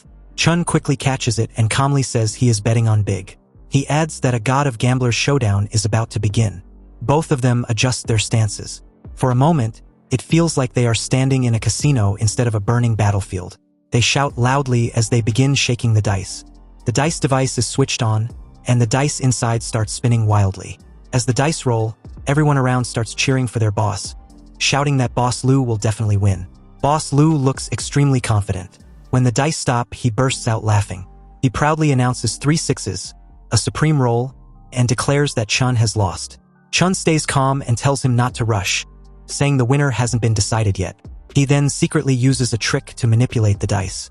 He cuts through the dice cleanly and casually remarks that Boss Lu's dice don't seem to be of very good quality. Everyone instantly panics when they see the dice split in half. Someone shouts that the total points add up to 21, which beats the so-called supreme roll. Chun declares that Boss Lu has lost and tells him to release the old man. Boss Lu is furious. He accuses Chun of cheating and immediately charges at him. A notification pops up. Strong negative emotion detected. Anger. Pull 500. As Boss Lu rushes forward with a knife, he curses Chun and screams for him to die. The people around panic and fear. Chen, however, stays composed. He thinks this is the perfect time to test his new skill. As Boss Lu lunges at him, Chun sidesteps effortlessly. He then hurls the dice device at high speed, terrifying Boss Lu. The device slams into the ground, kicking up smoke and debris. Everyone rushes over in panic, asking if the boss is okay as smoke fills the area. Boss Lu coughs and says he is fine. He orders 2 people to go find Chun. As the smoke clears, Boss Lu spots Chun ahead. He points at him and orders everyone to take him down. The goons immediately open fire, shooting wildly and shouting in excitement, eager to kill Chun. Boss Lu demands an update, but before anyone can respond, a sharp slash appears and takes down the goons standing right in front of him. Boss Lu is shocked. As the smoke finally settles, Chun is revealed standing there, completely unharmed. Boss Lu pulls out a huge rocket launcher, shouting that he doesn't care how strong Chun is.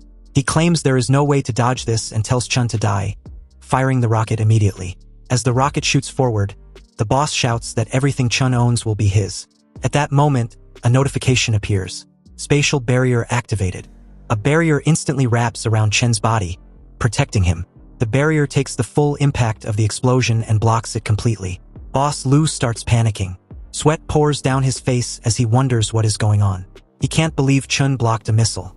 He starts to feel that this guy is simply unbeatable. Chun smirks and tells Boss Lu that losing in front of so many people must be tough. He asks if Lu plans to go back on the bet.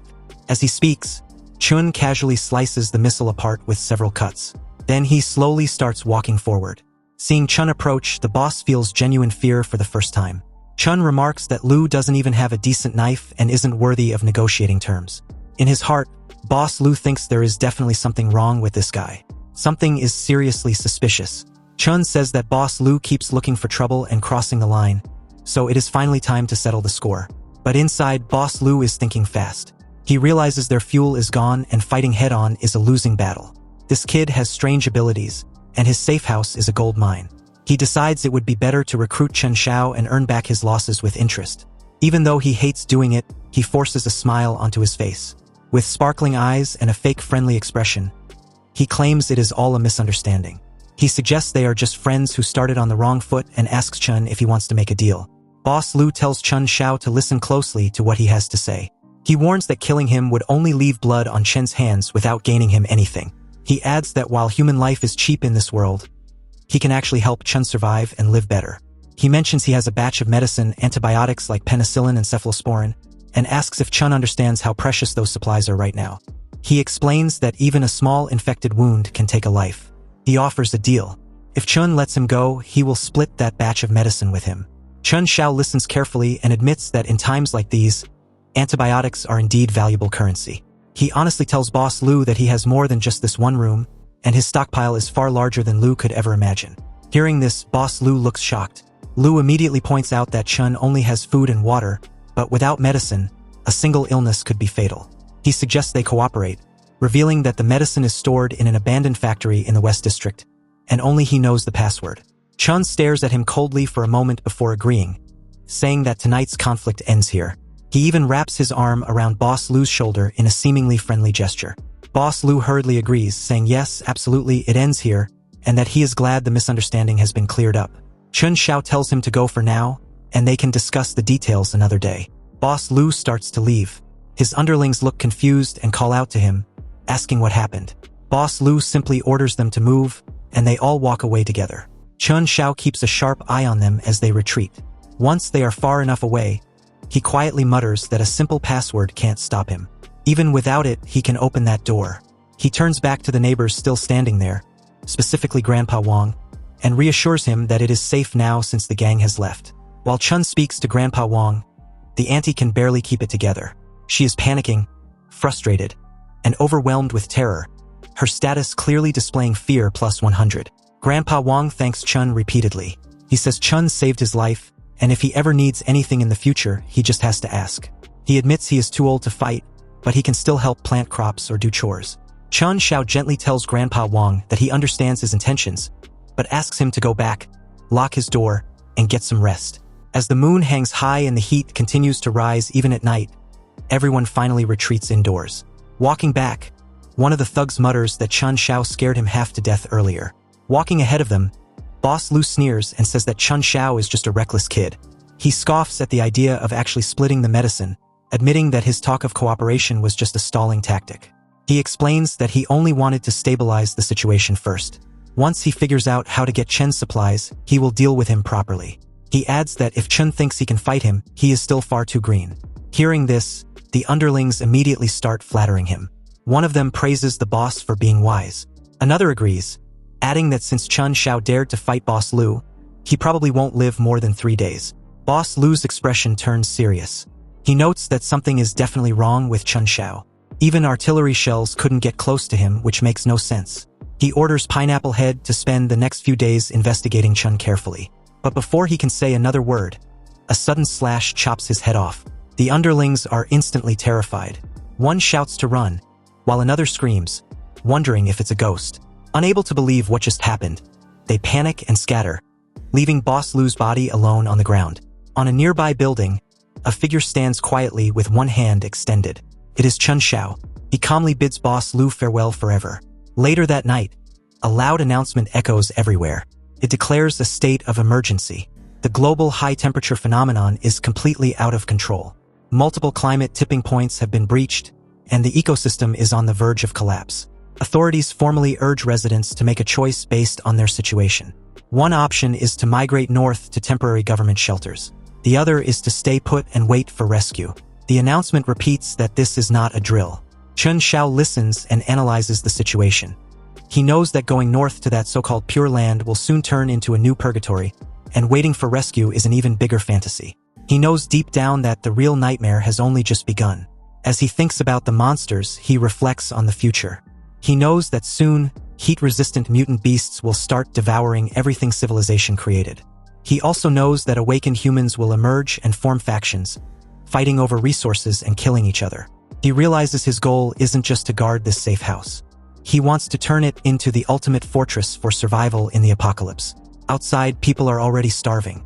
Someone shouts that they are dying of hunger and their homes have burned down, asking why Chun Xiao gets to live comfortably. Another person yells that Chun Xiao is occupying a massive, sturdy fortress all by himself, enjoying food, drinks, and air conditioning. Anger builds among the crowd. One man starts pounding on the door, shouting for Chun Xiao to come out. He blames Chun for refusing to help earlier, claiming that everyone ended up like this because of him. He demands an explanation. Others join in, declaring that Chun must share the safe house. They claim everyone should take turns living there for collective survival, smirking as they say it. Inside, Chun Xiao doesn't react at all. He listens to relaxing music while calmly doing household chores, completely at ease. He even takes a picture of his delicious meal and posts it online, casually scrolling through the comments afterward. As he reads the reactions, status notifications pop up. jealousy plus 150, anger plus 130, despair plus 95. Chun Xiao looks at the comments and thinks that incompetent rage is the cheapest emotion in the apocalypse. Outside, the crowd can only shout, curse, and throw things to vent their frustration. Some even smash their own phones. One man throws his device and curses, saying that since Chun refused to do things the easy way, he'll be forced to do them the hard way, swearing he will take Chun down. Meanwhile, Chun Xiao thinks about the abandoned factory in the West District and decides to scout the route. However, the moment he steps out, the crowd starts throwing objects at him. Amidst the flying debris, a machete suddenly flies straight toward him. As Chen Xiao dodges the objects flying straight at him, he sees a group of people charging forward. They shout that if he doesn't give up his house today, they'll cripple him. But the moment they see Chun Xiao rushing straight at them, they are stunned. Chun Xiao grabs one attacker's wrist and twists it hard, forcing him to drop his weapon. The man can't believe how fast Chun Xiao is. Another thug tries to attack from behind, but Chun Xiao easily dodges that too. After disarming the first guy, Chun Xiao now holds the weapon himself. Just then, another man thinks he sees an opening and rushes in to attack. As the guy winds up to strike, Chun Xiao stares at him coldly and unleashes a series of rapid slashes.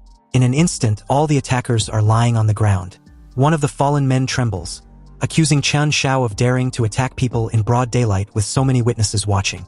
A system notification pops up, fear plus 1000. Chun Xiao calmly responds that killing them right now would just dirty his hands, so he won't do it. Hearing this makes the men on the ground feel even more humiliated. As Chun Xiao walks away, he thinks that killing them directly would be letting them off too easily. In this hot weather, their wounds will get infected. They will slowly rot in pain and die within a few days. Sometime later, Chun Xiao arrives at the West District factory, which is sealed shut even during the day. He spots a surveillance camera nearby. He immediately cuts the wire, destroying the camera and the nearby equipment. He slips inside the building and quietly looks around. Suddenly he starts coughing and realizes the air is filled with poison gas. He curses, realizing that this is a trap and he is in real trouble. Just then, he senses other people nearby. A person wearing a gas mask rushes over and quickly injects Chun Xiao with a syringe, catching him off guard. The masked man calmly says that Chun Xiao should feel a bit better now. He explains that although the nerve gas isn't fatal, it is extremely painful. Chun Xiao demands to know who they are. Internally, he wonders why there are guards here since Lu Haifeng never mentioned them. He suspects that old bastard might have set him up, but these strangers don't seem hostile. The masked man puts the syringe away and hands another injection to a woman standing nearby. He introduces himself as Lin Guodong, a biomedical researcher. Chun Xiao looks around and thinks that this place is strange, with all kinds of equipment lying around. It feels more like a high-tech laboratory than a simple medicine storage room. As they walk, Lin says that since Chun Xiao needs medicine anyway, he can take whatever he wants. He tells him to consider it an apology for the trap and also a small gift for their first meeting. Chun immediately starts checking the shelves. He stuffs his bag with all kinds of useful and rare medicines. After a while, he slings the bag over his shoulder and thanks Lin. As Chun turns to leave, Lin watches him closely and calmly says that they will meet again soon. Later that evening, even though the sun has set, the heat is still unbearable. When Chen Xiao finally returns home, he starts to feel uneasy. He thinks that although Professor Lin saved him, the way that man looked at him was creepy. Just then, a notification pops up in the homeowners group chat. Someone is desperately asking for antibiotics or medicine to stop bleeding, offering to buy them at a high price. Chun Xiao looks at the medicine he just looted. He knows the quality is good, but he decides they are not for sale. The group chat explodes with rage at his refusal. One person calls him a selfish villain. Another threatens that once they recover, they will come to his door and kill him. Some notifications start popping up non-stop. Anger plus 99, hatred plus 200, jealousy plus 380. Chun Xiao ignores the insults and starts looking through his bag. Suddenly, his expression freezes. He pulls out a small device and realizes it is a tracker. Chun Xiao inspects the tracker, surprised and suspicious that someone planted it on him unnoticed. Looking at the sunset, he decides not to destroy the device but to turn the situation into a game. With a confident look, he chooses to play along with the stalker. He spots a stray white cat near a green dumpster in the alley. Gently, Chun Xiao attaches the tracking device to the cat's back. He asks the cat to carry the device around the city for him, and the cat simply meows back. The cat runs off along the pipes, carrying the signal away from Chun Xiao. Meanwhile, on a laptop screen, The signal creates a chaotic web of red lines across the city map. Lin Guodong stares at his screen in frustration, unable to understand his target's erratic movements. At home, Chun Xiao checks the group chat. A man sends desperate messages begging for medicine for his dying brother. Immediately after, a woman holding a child begs for water, offering to trade picture books. Chun Xiao looks at the phone coldly, remembering from his past life that her pity act was just a manipulative trick. He reads a hateful message accusing him of being a monster for hoarding supplies while a child is dying. Unmoved, he dismisses the moral pressure. He looks at a surveillance photo showing a neighbor secretly moving boxes of supplies. Chun Xiao replies, exposing a neighbor named Wang Wei. He reveals her stockpile and challenges her to donate first before he helps. Inside her apartment, Wang Wei looks at her phone in shock. She realizes with horror that Chun Xiao recorded her with hidden cameras and is furious her secrets were exposed. The group chat instantly shifts.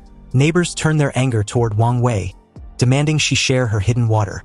Moments later, a group of desperate armed men arrives outside her door. An axe smashes through the wood and Wang Wei stares in terror as her home is breached.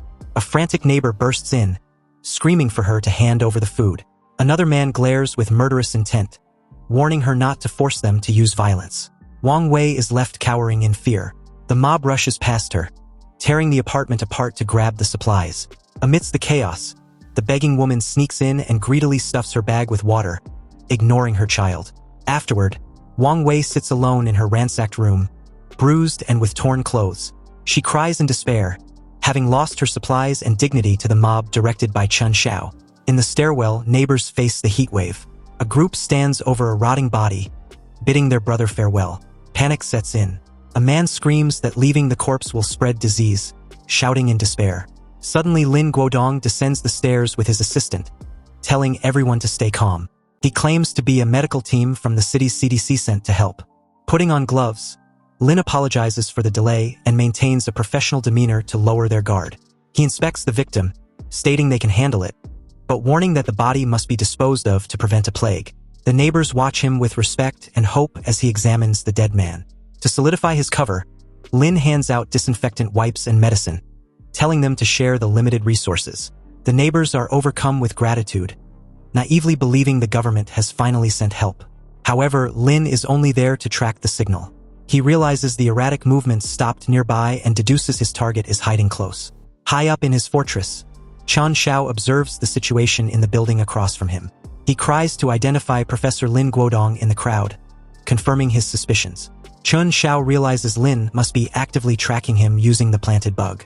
Suddenly, a vibration from his pocket interrupts his thoughts. He checks a text message from an unknown number. Watch out for that doctor. He stares at the screen, confused about who sent the message and how they know the danger.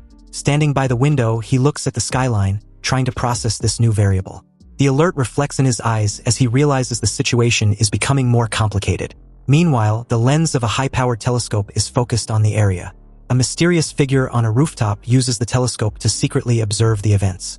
Chun Xiao realizes that besides Lin Guodong, someone else is watching him from the shadows. Chun Xiao tries to dial the number that sent the mysterious warning. However, an automated voice says it is a virtual number and cannot receive calls. He looks at the yellow sky, realizing that the sender is hiding their identity on purpose. Standing by the window, he looks at his phone with suspicion. He wonders if this is kindness or if someone is using him as a weapon against Professor Lin. Down below, Lin Guodong plays the savior. He tells neighbors that bodies must be handled correctly to prevent trouble in this heat. He smiles, acting like a caring doctor. He tells everyone to be careful of heat stroke and see him if they feel sick. Chun Xiao watches the scene from high up with a cold stare. Watching Lin among the neighbors, he notices something on the doctor's coat. He zooms in on the hem and sees dark marks looking like blood mixed with dried chemicals. He remembers that after the heat wave began, medical teams appeared in some areas. They took blood samples for epidemic prevention.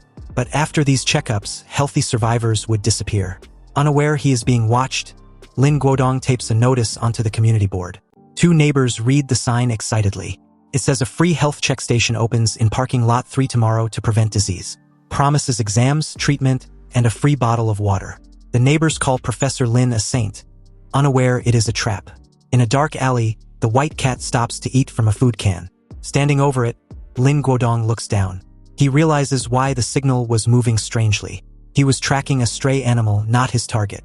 As he pets the cat, he looks calm, but hidden syringes clink in his pocket. Lin Guodong's face darkens, realizing he was outsmarted. The system tells Chun Shao he collected speechlessness and unwillingness from the doctor. As Lin mutters, he was spotted. In the shadows nearby, Chun Shao peeks out, watching Lin interact with the cat. He stares, confirming that Lin was personally tracking him. At underground parking lot 3, now the medical station, many survivors fill the space. People stand in line, wiping away sweat. They say that while they need rain, it is at least cooler underground. At the front, Lin Guodong and his assistant sit at a table, asking patients about their age and pain. An old man named Chun Da sits and gives his history, mentioning high blood pressure. Unnoticed, Chun Shao has entered the area. Wearing a hoodie to hide his face, he leans against a pillar, watching silently. He watches the team draw blood. When the patient asks why a test is needed for heat stroke, they call it a routine check. However, the vial is labeled GHT-017, suggesting this is not routine. Chun Shao glares at the doctor, sweating as he tries to guess what experiment Professor Lin is running. Lin Guodong sits calmly holding a tray of blood samples, looking like a professional researcher.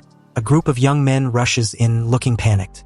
They support a friend with a bandaged arm, begging the doctor to save him from an infection. Lin Guodong takes out a vial with glowing blue liquid labeled T7 prototype.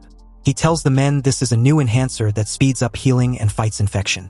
The group accepts, and the blue liquid is injected into the injured man's arm. Lin Guodong watches with a cold look behind his glasses.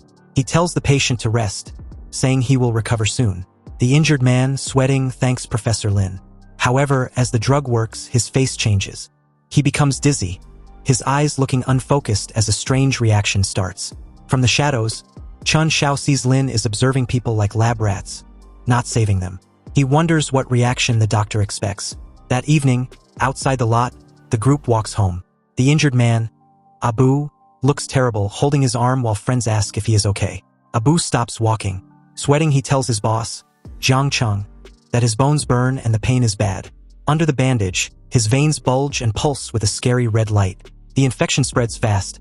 Abu's face twists, eyes glowing red, and veins popping out as the medicine takes effect. Huge energy erupts from his body, and he screams in pain and rage. Jiang Cheng and the others watch in horror, asking what is wrong. Abu lunges and grabs Jiang Cheng by the throat with one hand. Terrified, Jiang Cheng struggles to breathe. He orders Abu to let go, reminding him he is the boss. But the drug increased Abu's hidden anger. Eyes full of hate, Abu screams, asking why he used Abu as a human shield against a knife before. With huge strength, Abu lifts Jiang Cheng and slams him into the ground. Panting, Abu senses someone nearby. He spins around, shouting to know who is there. From the alley shadows, Chun Shao steps out, looking calm. Abu's eyes widen as he recognizes him. Abu, consumed by the drug's rage, screams and charges forward with speed and aggression. He tries to grab Chun Shao with mutated strength, but Chun Shao easily dodges the clumsy attack. Chun Shao notices that while the enemy's strength has tripled, his joints are stiff and his attacks are straight and predictable. Chun Shao realizes that the blue liquid injected into the man caused an abnormal reaction. As Abu lunges again, Chun Shao stands his ground and summons dark energy in his hand, ready to strike back. His eyes glow red as he covers his face, deciding to end the fight now. Chun Shao unleashes a deadly spatial slash. The invisible blade slices through Abu's neck before the mutant can react. The massive body of the mutated man collapses to the ground, dead. Later, as the sun sets, footsteps echo in the empty alleyway. A man walks purposefully toward the scene of the fight. It is Lin Guodong. He looks at a tracker, confused why the signal from the nanorobot in Abu's injection stopped so suddenly. He halts as he sees the scene before him. Lin Guodong's eyes widen, shocked by the outcome. He sees Jiang Cheng sitting in terror next to the decapitated corpse of Abu, confirming his experiment is over. Lin Guodong scans the face of the corpse with his phone. He checks his tablet. The data shows the T7 prototype caused a breakdown, but was not the cause of death. He crouches to inspect the severed neck of the mutant. Lin Guodong sees the fatal wound is smooth, identical to the cut that killed Boss Lu and the marks on the door lock. He turns serious, realizing the killer used no weapons to make these marks. This is not the work of an ordinary person. He remembers Chun Shao and smiles. He was right when he first felt the young man was unusual. Lin Guodong looks down greedily, thinking this person has the power he has been searching for. Jiang Cheng starts coughing, breaking the silence. Lin Guodong approaches, warning him not to move due to internal bleeding. Zhang Chong recognizes the doctor and begs to be saved. He asks what happened to his friend, Abu. Lin Guodong pretends to be sorry, then shows a picture of Chen Xiao on his tablet. He lies that the death is related to this man and asks if he knows him. The screen shows Chen Xiao clearly. The man recognizes the face and tells the doctor he knows Chen Xiao and where he lives. Satisfied, Lin Guodong smiles. He tells the man not to worry and invites him to his lab for professional treatment. Zhang Chong thanks Professor Lin, unaware he will likely be the next test subject. In the cold, sterile corridors of Lin Guodong's laboratory, Lin walks down the hall while an assistant pushes Zhang Chong. Nervous and sweating, Zhang asks how Abu turned into a monster right after the injection, since he was fine before. He remembers the needle, and fear appears on his face. Lin Guodong explains coldly that it was a rare, extreme rejection reaction. He insists they must check him to arrange treatment. They arrive at a heavy sealed door. Zhang Chong stares at it, feeling this is not a place for healing. Panicking, Zhang Chong stammers that he wants to go home and take antibiotics. Ignoring his fear, Lin Guodong swipes his keycard to unlock the door. Lin leans in close, looking ominous. He orders the man to be quiet, for science and for yourself, leaving him no choice. Realizing his fate, Zhang Chong screams in terror, begging them not to do this. His eyes bulge with fear as he is forced inside. The door slams shut, and the in-isolation sign lights up. The man's agonizing screams echo through the hallway as he meets a grim fate.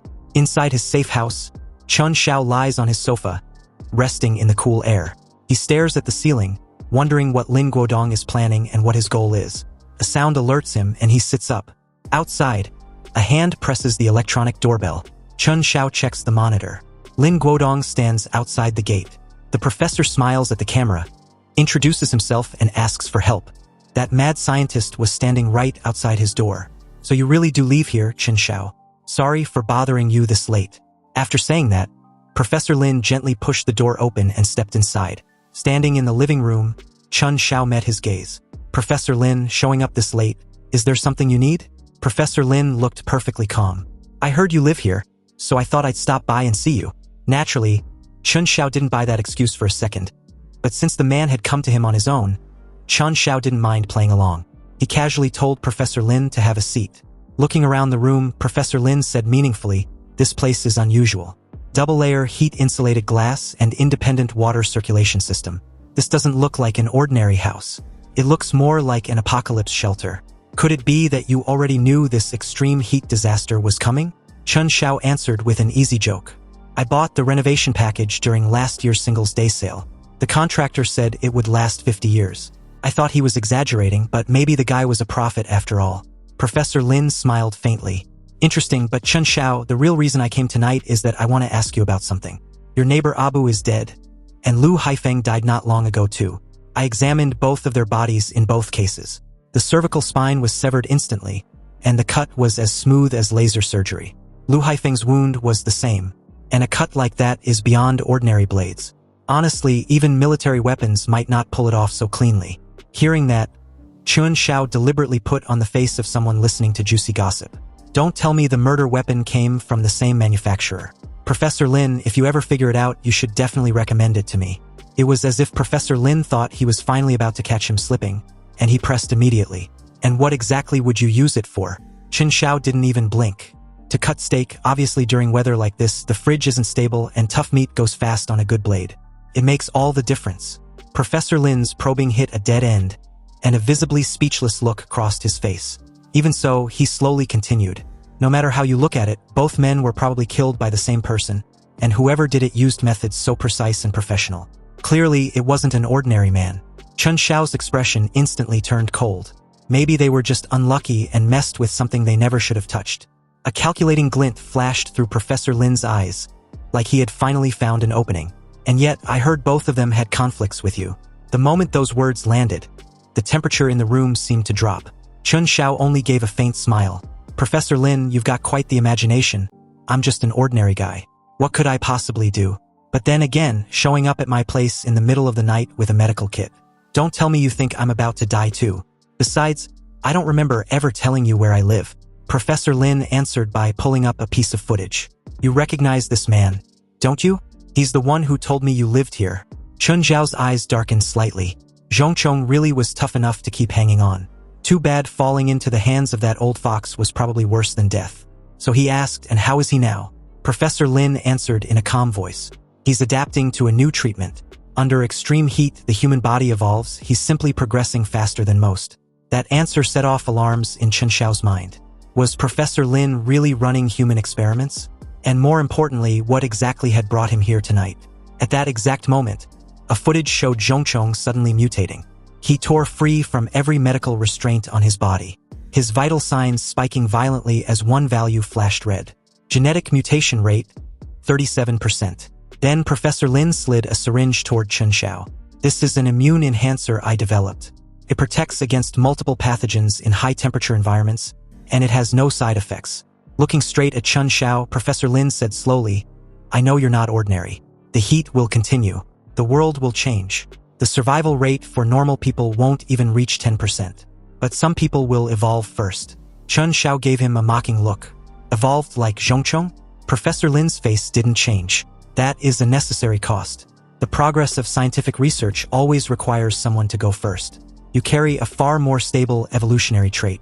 We could work together and find a way for humanity to adapt to the new world.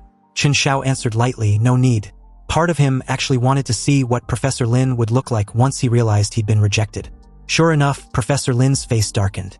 You don't have to refuse so quickly. The heat will continue. Infectious diseases will spread. Mutated life forms are only going to appear one after another. Work with me, and this knowledge, this technology will keep you alive longer. Time is running out for everyone. If you change your mind, the doors of my laboratory will always be open to you. By the time he turned to leave, Professor Lin's expression had turned thoroughly ugly, though his thoughts remained ice-cold and precise. Chun Xiao's mental stability was extraordinary, and his defensive awareness was on an entirely different level. Clearly, he was no ordinary human. Compared with raw genetic data, a living specimen was worth far more. Chun Xiao, you won't escape me. Chun Xiao lowered his eyes to the syringe the professor had left behind and almost laughed. The bastard really had wrapped human experimentation in the language of noble science. If Chun Xiao didn't get rid of him soon, peace wouldn't last much longer. Since Professor Lin was so obsessed with studying evolution, Chun Xiao would let him see with his own eyes what true evolution actually looked like. And the mutant standing before him was Professor Lin's very first masterpiece. Vital signs stable. Adrenaline levels have crossed the threshold. Mutation process complete. Rational cognition signal has dropped to 0. Gripping the lab equipment in excitement, Professor Lin muttered success. Hatred, fear, pain. They really are the perfect catalysts. Zhongchong, you've been reborn. Now go complete your first mission. Bring Chun Xiao back to me alive. Seeing that, Su Rui asked in confusion. Using living people to create monsters. Is this really the path of human evolution you've always talked about? Professor Lin didn't answer her directly. Instead, he asked calmly. This is your first time taking part in an experiment since entering the program. How does it feel?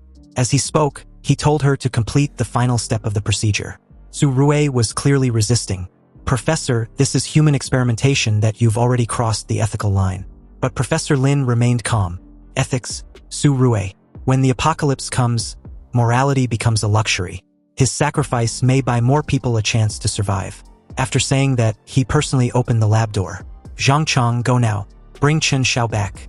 Growling low in his throat, Zhongchong stared at the open doorway, then bolted out like a beast that had finally broken its cage. It didn't take long before he reached Chun Xiao's neighborhood. But when he forced his way inside, the house was completely empty. Just then, Zhongchong caught a familiar scent and whipped his head around. Not far behind him, Chun Xiao was leaning under a tree.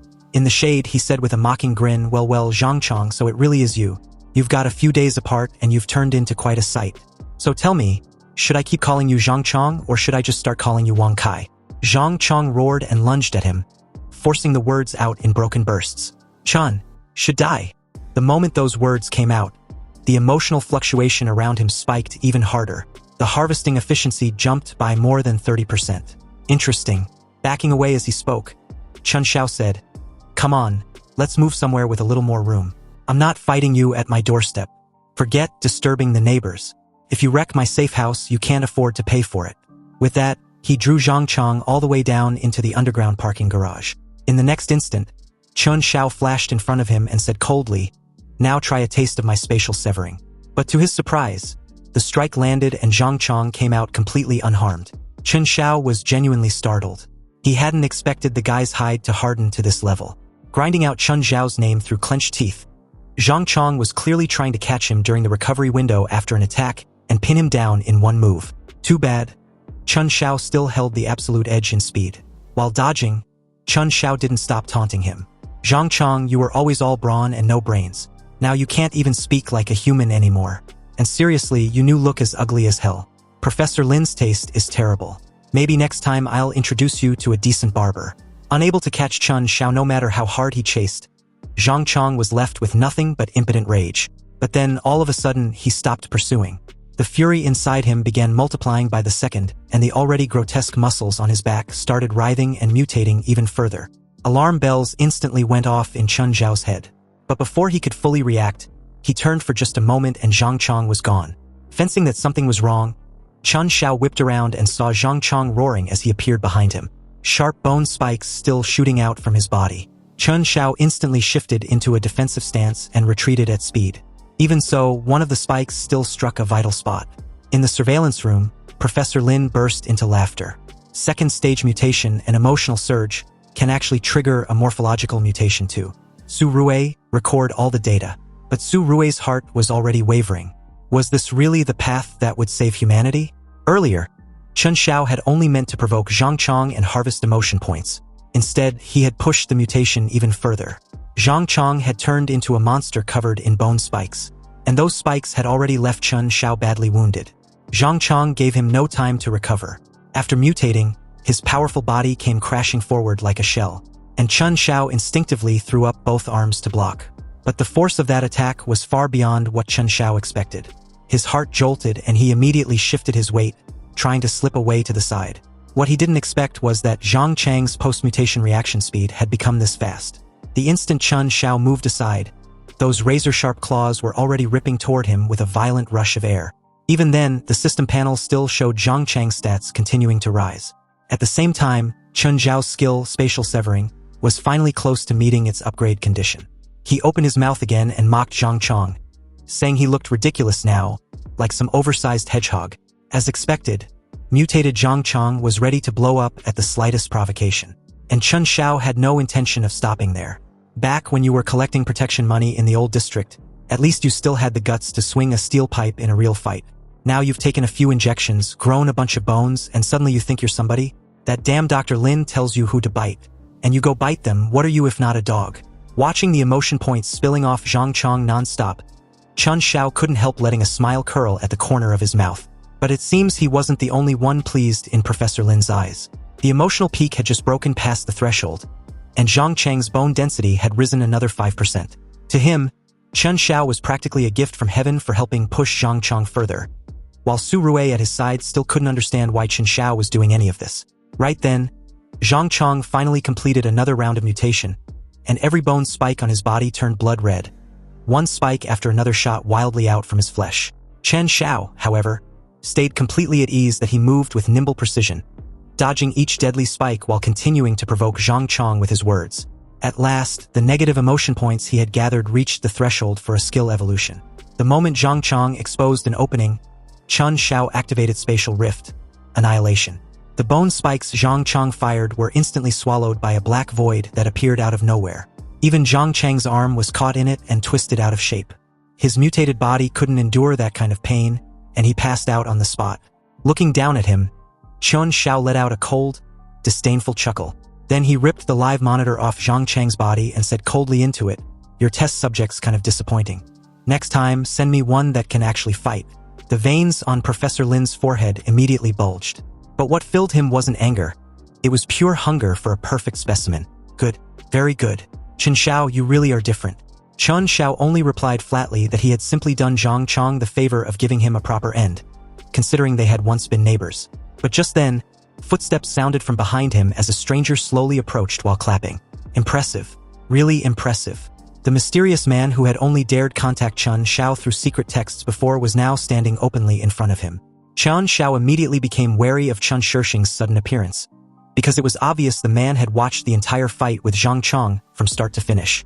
As if he sensed the tension in the air, Chun Shirshing spoke first. That fight just now was impressive. Just as I thought.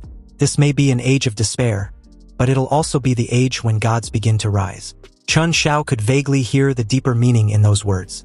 But by all logic, at this point in time, aside from himself and Professor Lin, no one else should know that powers even existed. He quietly began gathering spatial energy, ready to fight or retreat at a moment's notice. But Chun Shirshing paid no attention to his subtle movement and said calmly, with the precision and destructive force of your ability, "There's no way you're some unfinished product Lin Guodong made." Hearing that, Chun Shao became even more guarded and started suspecting even more strongly that Chun Shirshing might be one of Professor Lin's people. But the next thing Chun Shirshing said wiped that suspicion away, because he turned out to be the same person who had texted Chun Shao earlier and warned him to stay away from Professor Lin. At that moment, the only thing Chun Shao still couldn't figure out was how Chun Shirshing had gotten his number in the first place. Chun Shirshing let out a quiet laugh and said bluntly that in an apocalypse where the old rules were already falling apart, tracing a phone number was almost effortless. Besides, the ARC group he belonged to had its own intelligence network. "My name is Chun Shirshing, and I'm here on behalf of ARC to invite you to join us, and we can offer you real help." But to Chun Shao, the so-called ARC organization didn't matter much at all. What truly mattered was the fact that ability users had started appearing earlier in this life. Even so, Chun Shirshing kept going on and on about the benefits of joining ARC until Chun Shao finally followed his lead and asked, "So what exactly is ARC?" Chun Shirshing answered calmly, "ARC is an organization dedicated to finding awakened individuals. We believe the world is about to undergo a massive transformation, and only true elites deserve to board the Ark of the New Age, and you clearly qualify. Chun Shao, I can offer you things Ling Guodong never could. We can make you stronger. Not through grotesque mutation, but by letting you keep your reason, control your power, and step onto a true path of ascension beyond ordinary humanity." The moment he heard that, Chun Shao understood. Ark was just another nest of fanatics. The world might have changed, but he was still the kind of person who didn't believe in gods, demons, or any holy doctrine. And more than anything, Chun Shao hated having other people decide his path for him. Whether it was a complete madman like Ling Guodong, or a self-proclaimed elite hypocrite like Chun Shirshing, he wasn't choosing either of them. "I walk my own road. I'm used to standing alone. I don't need anyone teaching me how to live, and I definitely don't need to join some ARC group." Instead of getting angry at the rejection, Chun Shirshing seemed to admire Chun Shao even more. He stopped trying to persuade him and simply turned to leave, offering only one final reminder. In a world on the brink of collapse, savage growth might keep someone alive for a while, but not forever. The day you realize that one person's strength has limits, ARC's doors will still be open to you. With that, Chun Shirshing's figure slowly faded away. Watching the traces he left behind, Chun Shao thought to himself that none of that was really his concern. Still, it was interesting. The man had looked emotionally stable, yet he had still contributed quite a bit of negative emotion. As for the so-called limit Chun Shirshing talked about, Chun Shao would prove with his own actions that there's no final wall at all when it comes to him. There was only the starting line beneath his feet. But before that, it was time to finally put an end to this whole farce with Professor Lin. To bring that mess to a close, Chun Shao personally broke into Professor Lin's laboratory, and there he saw something he would never forget for the rest of his life. This was Lin Guodong's vision of scientific progress, disgusting to the core. While Chun Shao was still thinking, Professor Lin slowly stepped into view. He wasn't surprised to see Chun Shao here at all. Madness in his eyes, a perfect specimen. Like Chun Shao could never settle for an ordinary life. So Zhang Chong really did lose. Still, if he managed to bring you here, then at least his death had some value. What is it? Have you finally made up your mind? Ready to devote yourself to the great evolution of mankind? As for Chun Shirshing and that so-called arc of his, they're nothing but hypocrites dressed up in holy robes. Listen carefully, Chun Shao. Every step of human progress has been built on corpses and rivers of blood. Your ability is a heaven-given treasure. It shouldn't be wasted on the petty concerns of ordinary people. Professor Lin kept rambling on and on, completely oblivious to the open disgust on Chun Shao's face. Only when he had finally heard enough did he cut in coldly. "Are you done talking yet? What the hell does humanity's progress have to do with me? I didn't care enough to bother with your nonsense before, but you really shouldn't have disturbed my peace." As the words left his mouth, Chun Shao quietly activated his spatial ability and attacked Professor Lin without hesitation. "So I'm just gonna have to erase you." But Professor Lin calmly pressed a button. "Chun Shao, you really are too young. If I let you come in here, then of course I already had a way to keep you. After your fight with Zhang Chong, how much strength do you really have left? Why not just behave and stay with me? It'll save you a lot of pain." Chun Shao answered with a single cold word. "No, Hearing that, Professor Lin immediately pressed a button. Then there's only one ending left for you. The instant he finished speaking, the glass containers all across the lab exploded. Chen Xiao quickly raised an arm to shield himself. When he forced his eyes open again, he saw a whole pack of mutated humans roaring as they lunged at him. At Chen Xiao's current level, he wasn't afraid of the mutants Professor Lin had cultivated. The problem was their numbers and the way their attack patterns overlapped chaotically. Before long, one failed dodge was enough for his right arm to take a heavy hit. Seeing that, Professor Lin burst in a triumphant laughter. "Stay here. Chen Xiao, I'll make you even stronger." Chen Xiao only sneered. "You think a few brainless freaks are enough to keep me here? While fighting them, I already figured out their attack pattern. Their physical stats are strong, sure, but their movements are stiff. Their flexibility is terrible." It didn't take long before Chen Xiao found an opening and wiped out the entire group with a single strike of spatial annihilation. "I thought you'd have something more impressive than this. You really thought 3 monsters would be enough to hold me? Professor Lin, you're the naive one. And it seems you've lived your 40 or 50 years for nothing." As he spoke, Chen Xiao strode toward Professor Lin with killing intent rolling off him. Looking at the fear on the man's face, he didn't hesitate for even a second and aimed a spatial slash straight through Professor Lin's throat. Clutching at his neck, Professor Lin forced out a ragged sound. "Chen Xiao, you really are impressive, but all the data on the mutation serum has already been sent out. The seeds have been planted. This world is only going to get more interesting." Those words stuck with Chen Xiao, but in his current condition, getting back to the shelter for treatment came first. Just then, Professor Lin's assistant, Su Rue, suddenly called out to him. "If you try to walk back like that, you won't make it home. Relax. I'm not here to hurt you." As she said that, she stepped closer holding a restorative fluid, saying it could stop the bleeding fast and stabilize his injuries. Chen Xiao had just killed the professor she admired so deeply. Yet Su Rue not only made no move to avenge him, she even handed over all the research supplies he had left behind. It turned out that ever since she learned her teacher had been conducting human experiments, guilt had been eating at her nonstop. Handing over those supplies was the only way she could lighten that burden, even a little. Even so, Chen Xiao remained wary of her. He didn't even dare use the treatment she offered right away. After all, he had just killed the man she once worshipped. Su Rue had clearly expected that response.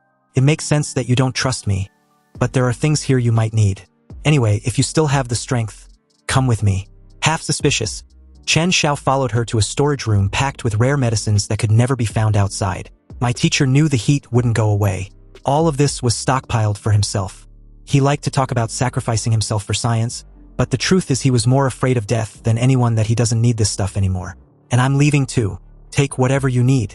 Consider it my apology in his place. I applied to become his graduate student because he used to be the kind of scientist I truly respected. It was only recently that I learned he'd been conducting human experiments. I may not have participated directly, but I still became an accomplice. I'm going north to another research institute to keep doing the work I should be doing.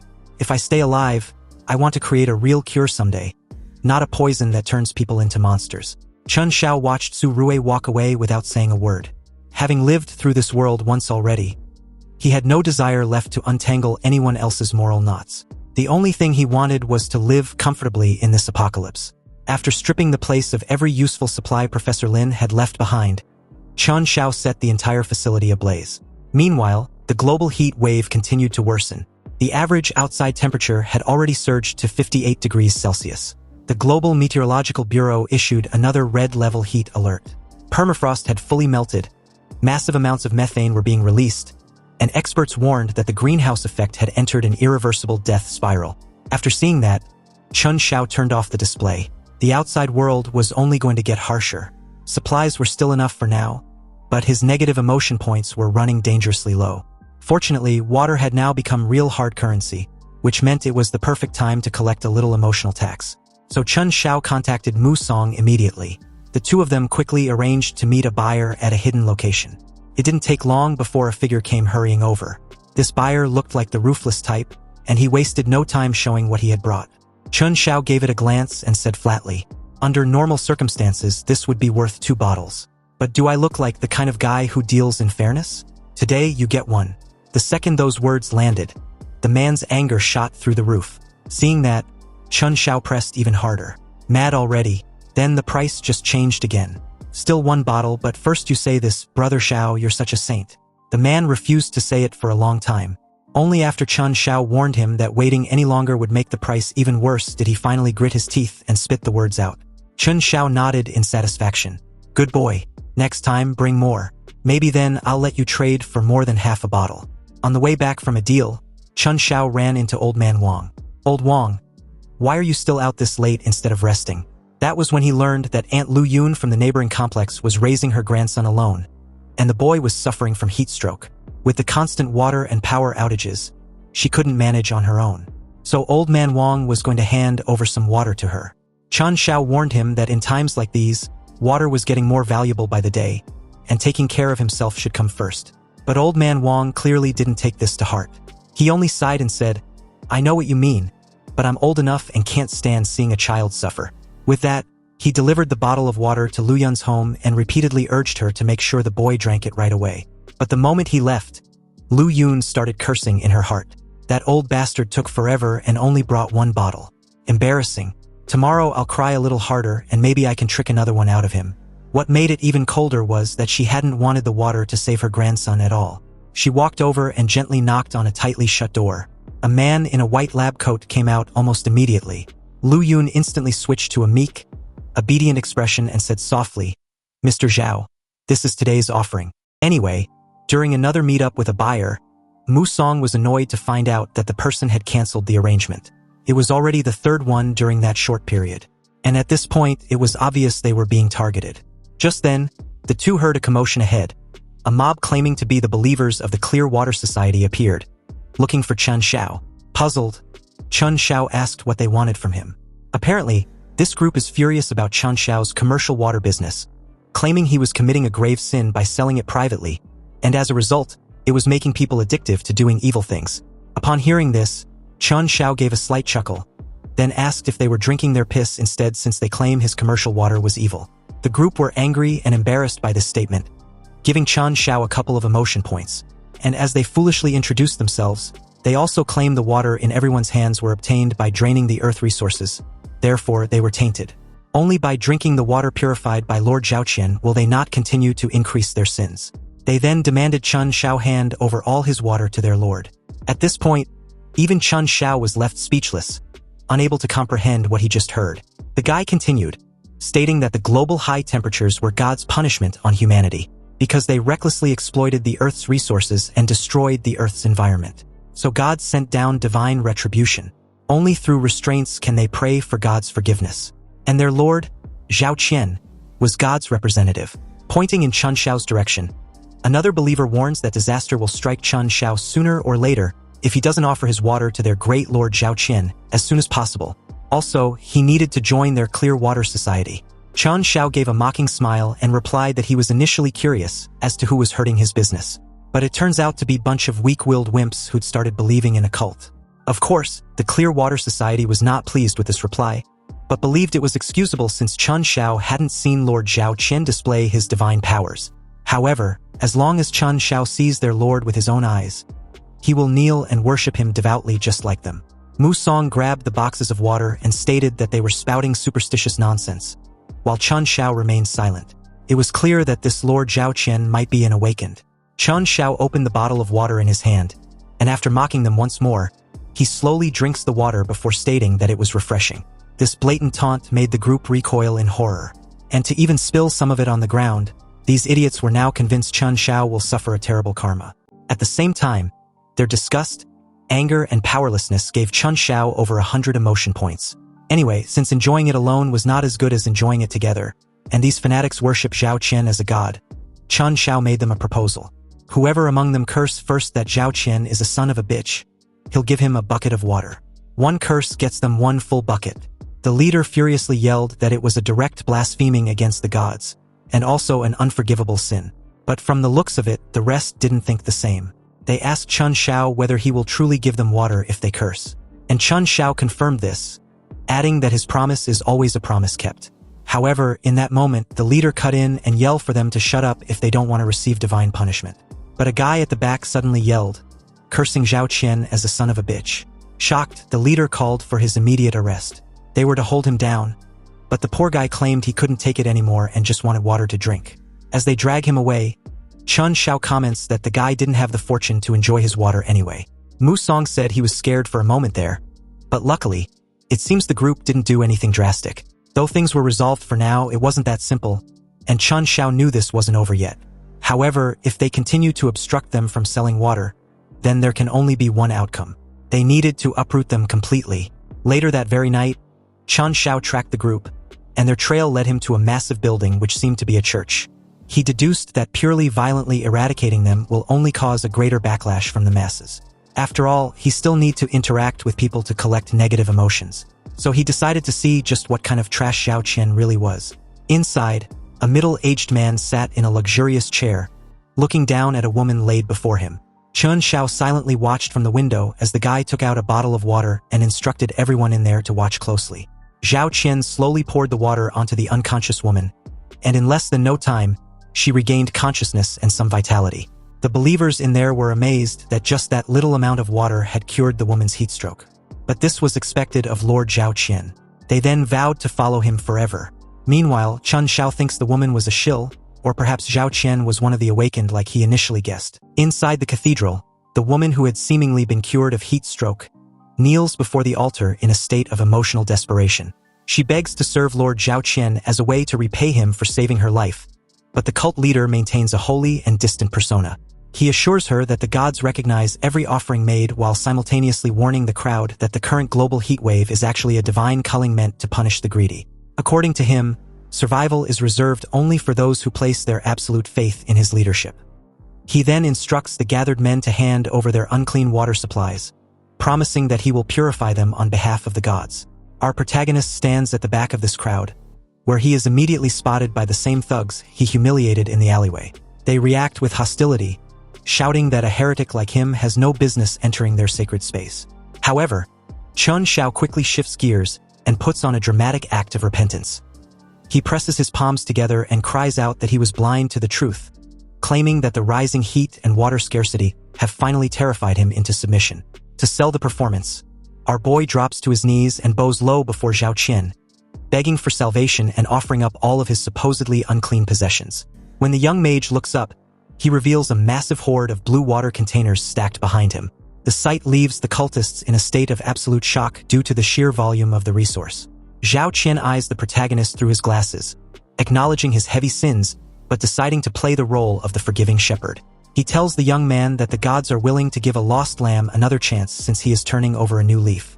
While he remains in a submissive kneeling position, our hero is actually observing the scam with cold calculation.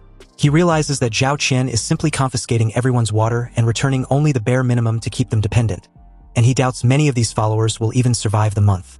The scene is suddenly interrupted by a man who rushes in to tell Auntie Yoon that her granddaughter has collapsed from heat stroke.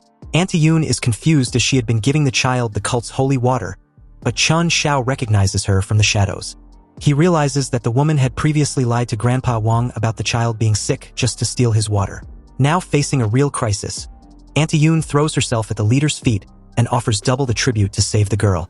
Zhao Qian responds with total indifference, coldly explaining that the gods are not babysitters. He tells her that if the water didn't work, it is simply as she isn't devout enough. He dismisses her despair and announces to the entire congregation that he will perform a true miracle at high noon the following day. As the leader walks away, the goatee man approaches our hero and hands him a white armband featuring the sex logo. He tells the protagonist to wear it as a symbol of his new membership and warns him to never forget the weight of his past sins. Chun Xiao fastens the band to his arm with a submissive look, but as soon as he turns away, his face shifts into a mocking sneer. He knows these people are fools given that he has already hidden trackers on the water jugs he handed over. Following the trail, our boy navigates a dark corridor within the facility and uses his spatial energy to bypass a locked door. Inside, he finds a secret storage room packed with premium food and expensive beverages, confirming that the holy water was just a front for Zhao Qian to hoard luxuries. While hiding among the shelves, our hero watches as the leader enters with the brown-haired woman from the earlier ceremony. The woman looks pale and exhausted, but instead of showing her compassion, Zhao Qian violently slaps her across the face.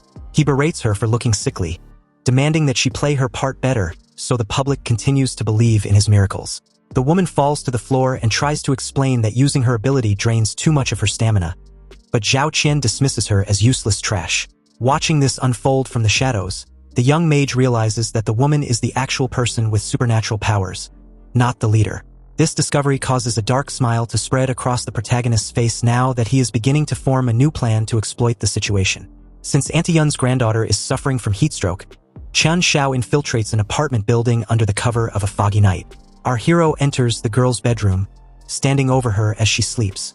To ensure her recovery, the young boy tosses bottles of water onto her bed. This sudden intrusion causes the girl to wake up in a state of terror, questioning who he is. Our boy doesn't offer a direct introduction, instead crouching by the window and coldly telling her to drink the water and survive the night if she wants her answers. The following day at high noon, a massive crowd gathers in the sun-drenched plaza outside the cathedral for a promised miracle. Zhao Qian sits on a stage, using a fiery solar aura to convince the cultists that his divinity protects him from the 58 degrees heat. This display successfully deceives followers like Auntie Yun, who watches with tears of awe. However, our protagonist stands in the crowd with a cynical expression as he has already figured out the scam. He realizes the cult leader is simply exploiting the ability of the young female awakener standing behind him. As the girl uses her energy to maintain the illusion of heat resistance, Chen Xiao decides to test a theory. He focuses his spatial power, wondering if his energy can physically sever the connection of her ability. Due to this spatial interference, the girl suddenly finds herself unable to project her power onto Zhao Qian. This causes the cult leader to panic as the actual heat of the sun begins to cook him, leading him to grit his teeth and demand to know what is happening. The girl looks around in dread, realizing that someone in the shadows is blocking her reach. Despite her internal struggle, a desperate Zhao Qian whispers for her to get closer and maintain the miracle at any cost. Our boy watches this play out from the crowd and makes eye contact with her, flashing a knowing smile. The girl hesitates as she knows her own physical limits would prevent her from surviving long in the direct sunlight of the plaza. At this moment, the girl remembers a terrifying vision of red eyes and a note left by Chen Xiao, which explained his intent to kill the leader and seize the territory. Realizing she has a chance to switch sides, her expression hardens with determination. She ignores Zhao Qian's screams and insults, turning her back on the stage to walk toward our hero. Once she reaches him, she wraps her arms around his waist to signal her new loyalty. Our protagonist is amused by how quickly she changed her tune, but the girl immediately reveals the true nature of her power. She explains that her ability is called forced heat dissipation, which normally moves internal body heat to the surface. Strangely, the situation takes a dangerous turn for the young mage. The girl reveals a much more lethal application of her gift that targets only the head and heart. By instantaneously extracting heat from these vital areas, she can cause a sudden plunge in blood supply to the brain. As she is currently touching him, she activates this effect on our boy. This forced physiological shift causes Chen Zhao's vision to blur and his head to spin. As the girl's eyes glow with a sinister red intensity, our hero realizes too late that he has been caught off guard by a powerful and unexpected counterattack. The story takes a brief step back into the past to reveal the tragic origins of the young awakener, Lin Jing. In a sunlit alleyway, the brown-haired woman is shown weeping as she desperately tries to keep a dying cat alive. This moment of grief is interrupted by a man shouting from a balcony, demanding she return to him. The memory then shifts to a darker setting where this same man violently attacks her, dragging her by the hair while complaining about the burden of raising her. He reveals his true, predatory nature by demanding she sell herself to strangers just to bring back water for him. While Lin Jing struggles in his grip, the apartment door opens to reveal Zhao Qian and two of his enforcers. Zhao Qian watches the abuse with a look of cold disgust before his men strike the abuser, leaving him bleeding against the wall. Instead of acting out of pure kindness, however, the cult leader reveals his ulterior motive. He tells the trembling girl that he witnessed her perform a miracle by bringing the dead cat back to life. He flashes a warm smile, claiming her power is a gift from the gods, and inviting her to join him to save more souls. Returning to the present day at the plaza, the situation has turned dire for our hero. Two cultists have forced Chen Xiao to his knees, mocking him for his perceived disrespect toward their leader. This temporary submission is short-lived, as the young mage's eyes narrow with lethal intent. In a sudden explosion of movement, our boy summons a jagged arc of spatial energy that slashes through the air. The strike is so precise and powerful that it sends blood spraying across the scene, instantly taking down the thug holding him. As the protagonist stands up, the surrounding crowd of neighbors and cultists recoils in absolute horror, labeling him a demon. Our hero remains completely unfazed by their fear, and looks back at the cowering Zhao Qian with a gaze of pure contempt. He explains to the terrified onlookers that these so-called holy men were nothing more than common criminals long before the world ended, specializing in arson and extortion. He tells the neighbors that their blind faith in such obvious scum makes them a lost cause. At this moment, Mu Chong arrives and hands the protagonist a thick stack of intel confirming the group's criminal history. This revelation causes a stir in the crowd, particularly for Auntie Yoon. She is stunned to see her granddaughter ailing running toward her in perfect health. Auntie Yoon initially tries to credit Zhao Qian for this recovery, claiming her prayers saved the child and urging the crowd to take down the demon Chun Xiao. However, the young girl looks at her grandmother and the neighbors with utter disbelief, questioning if they have lost their minds. Ailing steps forward to defend our protagonist, pointing directly at him and revealing the truth. She explains that the cultist they worshipped did nothing for her. Instead, it was the big brother standing before them who secretly visited her the previous night. A flashback confirms that our boy sat on her windowsill and provided her with an electrolyte drink that stabilized her condition. Ailing shouts at the crowd, making it clear that she would have died if she had relied on their superstitions instead of his actual help. The tension reaches a breaking point when Lin Jing suddenly collapses onto the pavement. Because she is no longer providing his protection, Zhao Qian snaps and enters a manic rage. He pulls out a handgun and aims it at the fallen girl and our hero, calling them useless trash. He fires a shot, but the bullet never reaches its target. To the cult leader's shock, Chun Xiao catches the projectile in a swirling disk of spatial energy. Our protagonist examines the trapped bullet with a bored expression, casually noting that it might be worth something later. Realizing his gun is useless, Zhao Qian reveals his final trump card. He pulls out a blue syringe and injects himself with a serum, which our hero immediately recognizes as the twisted work of Professor Lin. Because of the drug, the cult leader undergoes a horrific transformation, his body swelling into a hulking, muscular giant.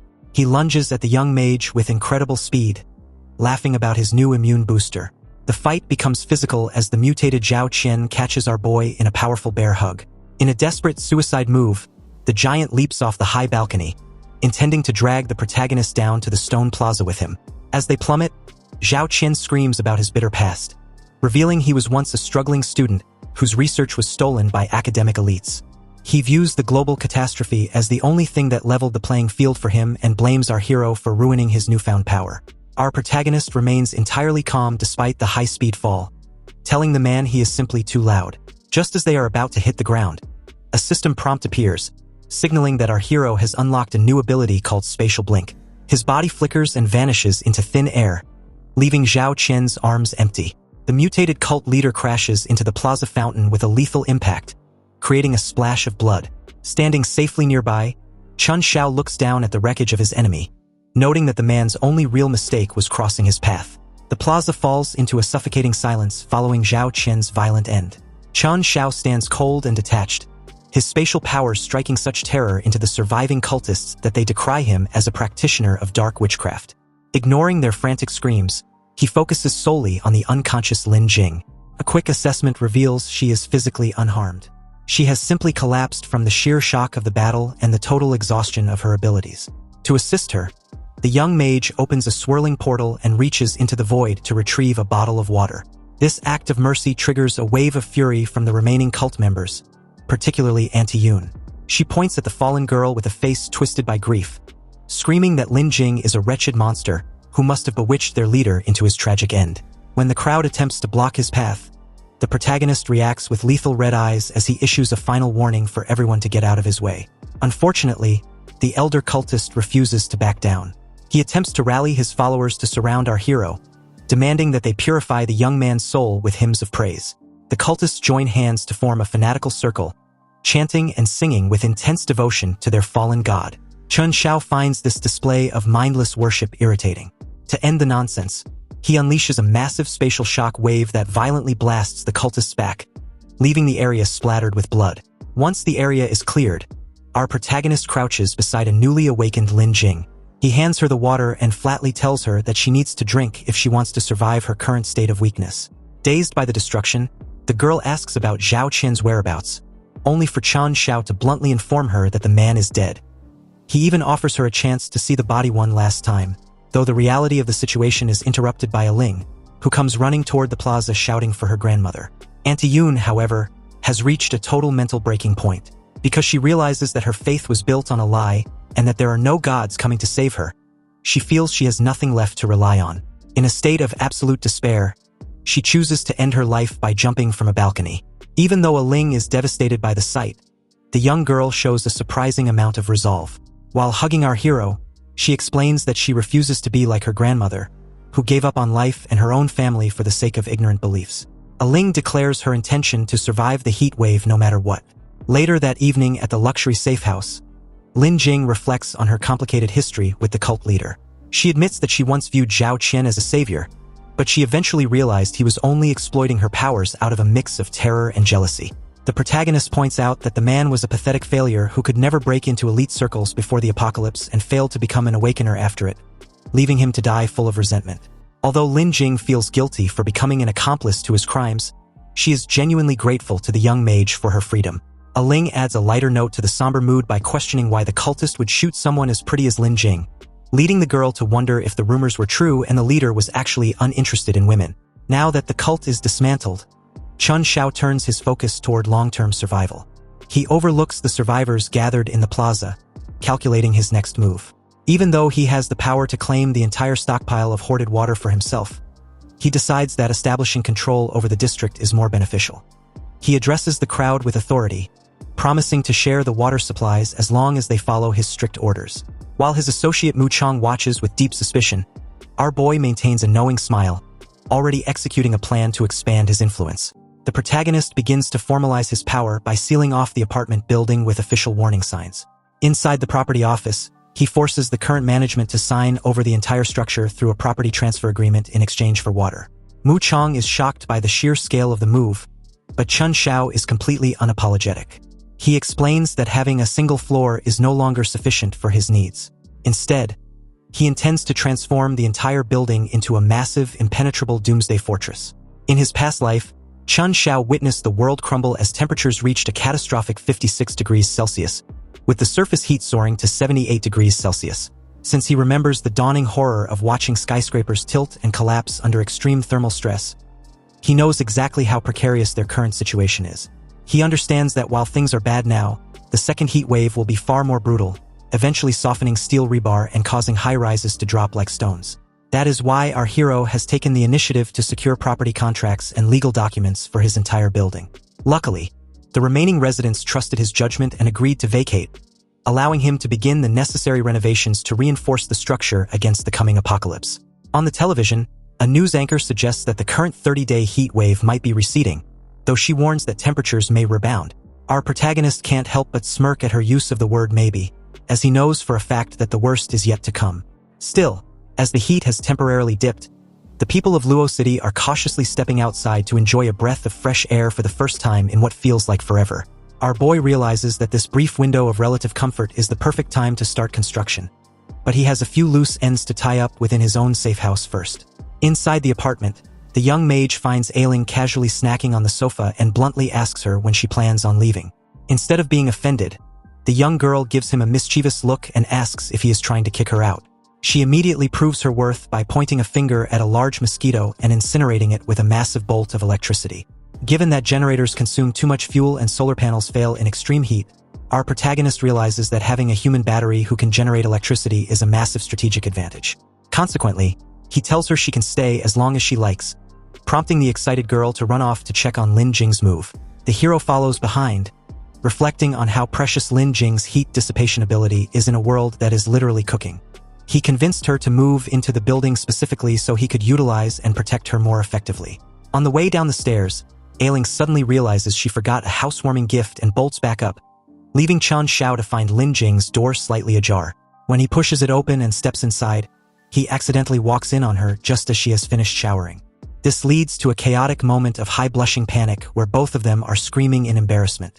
Our hero tries to defend himself by asking why the door wasn't locked, only for Lin Jing to angrily point out that he hasn't even given her the keys to her new place yet.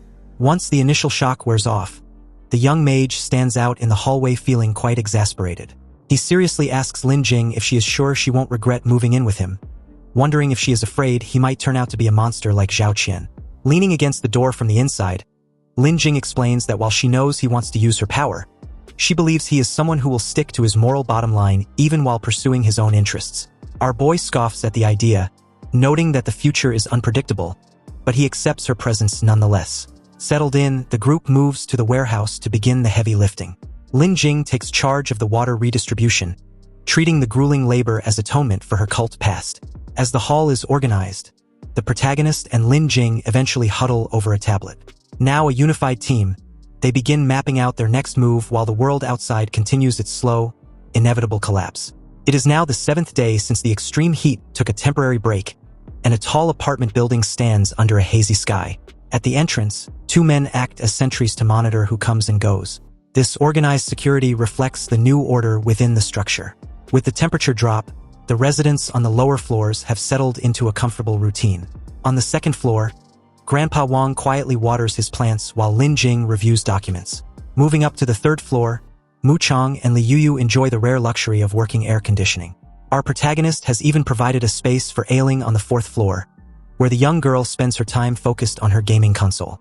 Chun Xiao stands on a high-rise balcony looking down at the courtyard, but his mind is far from relaxed. Although he managed to upgrade the internal circuitry during the cool spell, he realizes that building a true defense system for the entire complex requires resources far beyond what a normal person can find. As his funds are limited, the young mage is forced to consider his next move. His thoughts are interrupted when he spots a group of out-of-town thugs gathered near a car below. Their blue-haired leader has heard rumors about the massive water supply in the building and decides to lead a raid. Since the boss is arrogant and views Luo City as a small prize, he orders his men to simply wreck the place and take what they want. This plan backfires immediately. A short time later, the courtyard is littered with unconscious thugs, while their leader remains on his knees in total defeat. Our boy calmly adjusts his wrist, having used this confrontation as a way to establish dominance. Now that many criminals are currently fleeing across provincial borders to escape the climate shifts, Chun Xiao knows he must be firm. As a result of these displays of power, the local and traveling gangs learn to give his complex a wide berth, allowing the building to remain unusually peaceful as the sun sets. Unfortunately, this peace draws the wrong kind of attention. At the Provisional Government Command Center, a scarred military officer notices that while the rest of Luo City is falling into chaos, one residential complex is suspiciously stable. He remembers that this is the same area where a dangerous cult was recently wiped out, which makes him uneasy. Even though his subordinates argue that they lack the resources to deal with petty gang disputes, the officer follows his gut feeling that something more significant is happening. He reviews CCTV footage from the cathedral and is shocked to see Chun Xiao vanish instantly from the air and reappear unharmed on a rooftop. Recognizing this as a supernatural anomaly, the officer immediately orders a tactical team to investigate the building. Under the cover of night, a squad in green military gear approaches the complex. They are professional and cautious, using a scanning device to detect and reroute an electric grid trap before it can alert the residents. They reach a unit door and use a decryption device to bypass the electronic lock. Once the door is kicked open, 3 soldiers rush into the dark apartment with their rifles drawn, expecting a dangerous combatant. Instead, they find a Ling standing in the middle of the room rubbing her eyes. The little girl is so tired, she initially wonders if her video games are causing her to hallucinate. The soldiers are momentarily confused by the presence of a child, but the lead operative decides to subdue her anyway to secure the room.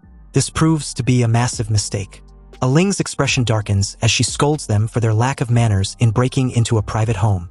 Given that she is a powerful awakener, massive arcs of electricity begin to swirl around her. A surge of energy explodes from the 4th floor, lighting up the exterior of the building as she neutralizes the intruders. While she stands over the unconscious soldiers, she feels a slight bit of worry about attacking government personnel, though she quickly figures the rules of the old world no longer apply. The noise eventually draws our hero out from the hallway. Wearing pajamas and looking annoyed by the late-night racket, Chun Xiao's first instinct is to ask a Ling why she hasn't gone back to her own floor yet. However, his annoyance turns to genuine shock when he sees the tactical gear and the state of the soldiers. As a Ling grins at him and points out that they have a serious problem on their hands, the young mage realizes that his quiet life has officially been compromised by the military. Because 30 minutes have passed since contact was lost with the specialized tactical team, the military has completely surrounded our protagonist's apartment building. The lead officer stands atop a tank and uses a megaphone to demand that Chun Xiao surrender his weapons and return the captured personnel. He warns that failure to comply will result in immediate military intervention. Inside the building, the sudden commotion wakes the residents. Mu Tang sits up in his bed and looks out his window in disbelief, realizing that 3 tanks are parked directly in his courtyard. In another room, Lin Jing peeks through her curtains with an expression of deep worry, questioning why the military has arrived in such strength. Even Grandpa Wang looks toward the hall in confusion. Because he wants to ensure their safety, Chun Xiao sends a message to everyone through their devices, telling them to stay in their rooms while he handles the situation personally. Our hero walks out of the building alone to face the military line. He confronts the soldiers and asks them to explain why they felt the need to break into his home in the middle of the night. The officer responds that the military has already analyzed the footage from the cathedral incident and now knows the truth about his abilities. He explains that superpowers are an incredibly rare asset in the current global crisis and offers our boy a deal. If the young mage agrees to become a research subject, the military is willing to forgive the knight's conflict. However, our protagonist sees right through this offer. He realizes the officer simply wants to lock him in a laboratory for experimentation and flatly declines the invitation. When the officer drops his polite facade and tries to order him into submission, Chun Xiao informs the man that he does not repeat himself, signaling that negotiations are over. As a result of this defiance, the officer raises his hand and orders his men to open fire. The tanks launch their shells, but our boy remains completely calm. He expands a spherical purple-black spatial barrier around his body, which catches the incoming projectiles mid-air. The soldiers watching from the sidelines are paralyzed with shock as they witness their heavy weaponry being rendered useless. To show the true scale of his strength, Chun Xiao reaches his hand toward the sky and creates a dark, swirling spatial rift. He tells the soldiers they can have their weapons back before the rift consumes a helicopter and several missiles, triggering a massive explosion that lights up the night sky. The officer is forced to shield his face from the blast and looks up in a daze, stunned by the sheer level of power the protagonist possesses. Our hero stands as a dark silhouette in the purple aura and warns the commander that his next attack will be aimed directly at the troops. Realizing they are outmatched, the officer finally concedes. However, he delivers a grim warning based on the latest meteorological reports, explaining that the recent heatwave was merely a precursor to a much more devastating event. He looks at the young mage with a desperate expression and argues that the survival of humanity might actually depend on people with his power.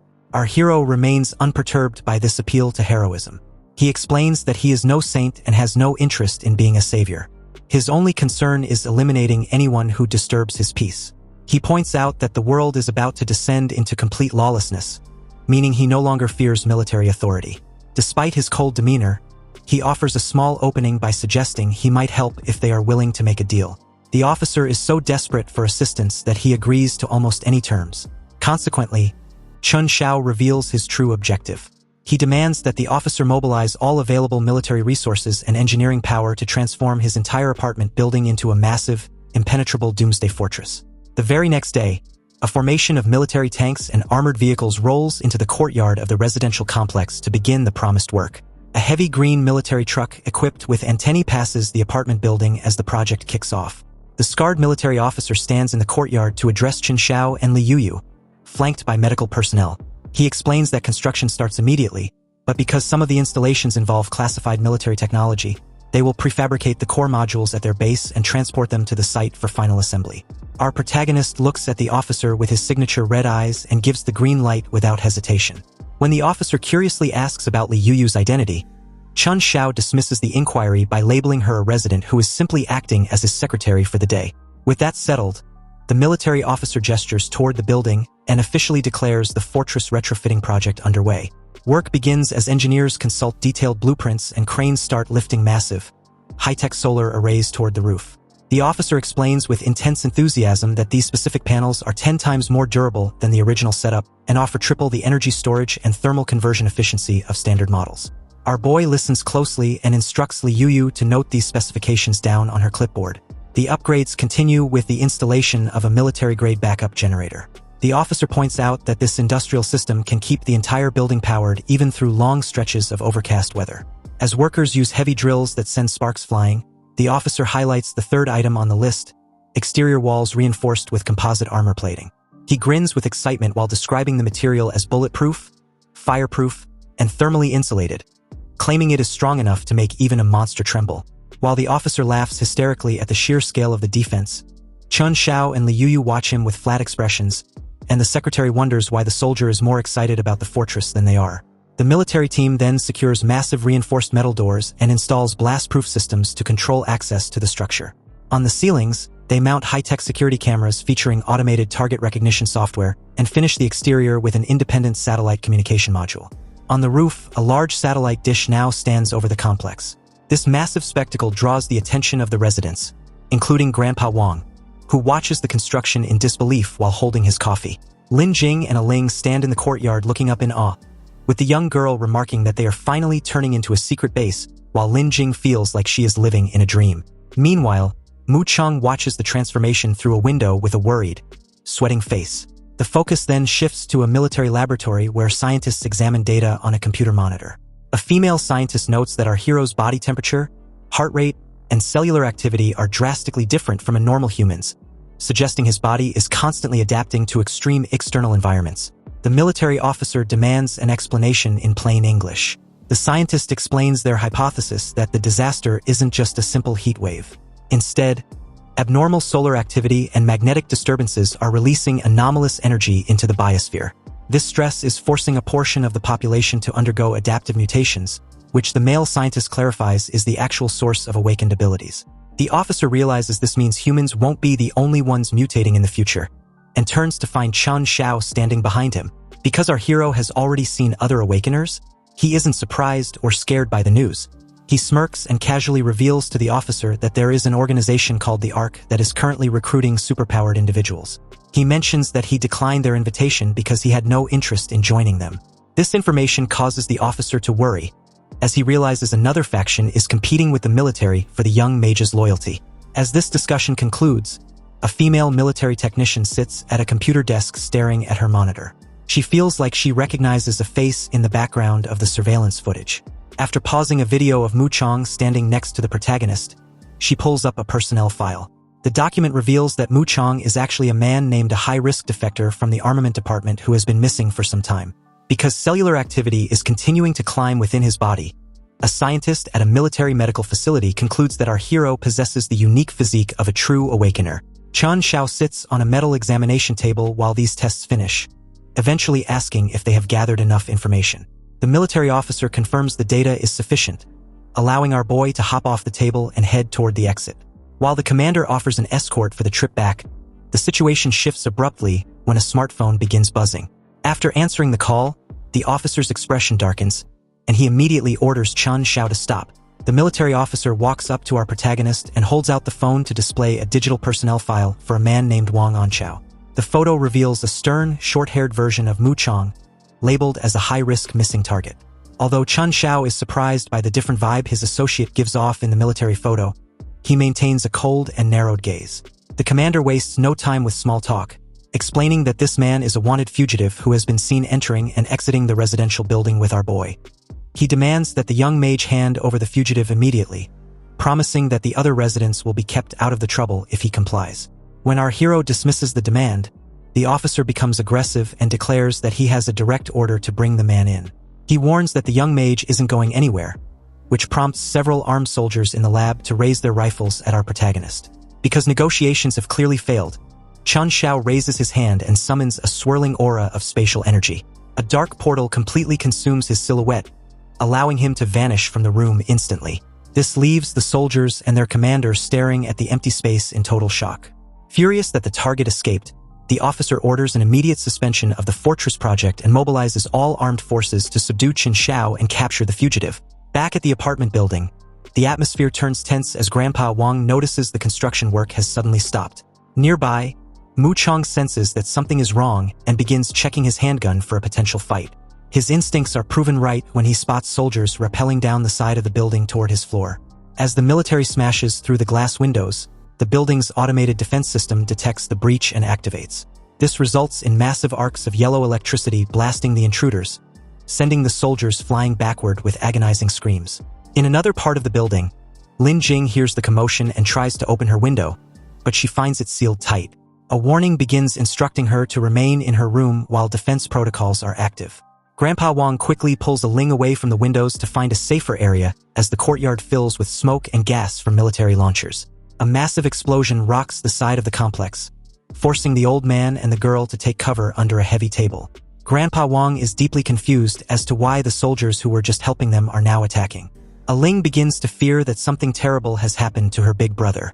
However, the tension breaks when Chen Xiao suddenly reappears on a lower ledge of the building. He stands as a silent silhouette overlooking the military forces below, signaling to the terrified girl that he is back to defend his home.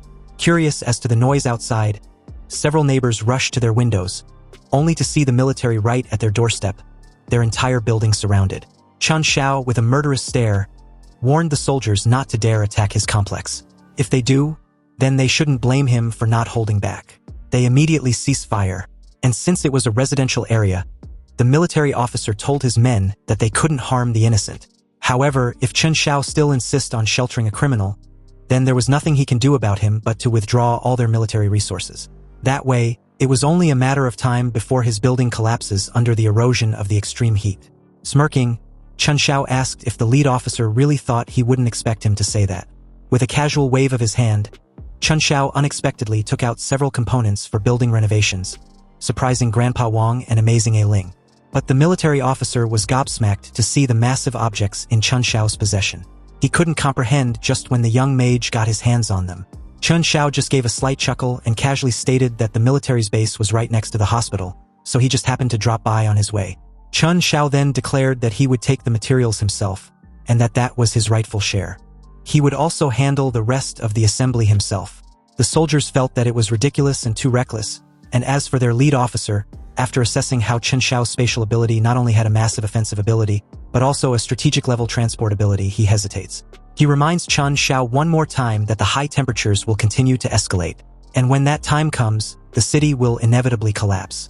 There would be a citywide chaos, fires, and riots. Furthermore, foreign forces have already begun to infiltrate, attempting to seize their country's precious resources. And to deal with all this and protect the safety of the citizens, the country is planning to implement an unprecedented, grandiose project named Project Firmament. Chen Xiao reiterated the name with an obvious curiosity, while Mu Chong listened with a worried expression. Apparently, this was a layered thermal insulation structure project, meaning the entire city would be sealed underground. Or simply put, people would live underground and can only look at the sky through an arc-shaped ceiling. They will build an underground living area insulated from the extreme heat, where all citizens will survive. People will be able to see the sky and sunlight, but will no longer be able to breathe the outside air or touch the outside sunlight.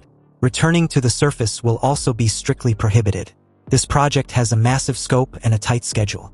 It's a race against the extreme heat, and for the sake of the citizens, they have to do it. The military officer then proposed another deal because this project requires Chen Xiao's spatial ability. And if he was willing to help, they would get twice the result with half the effort.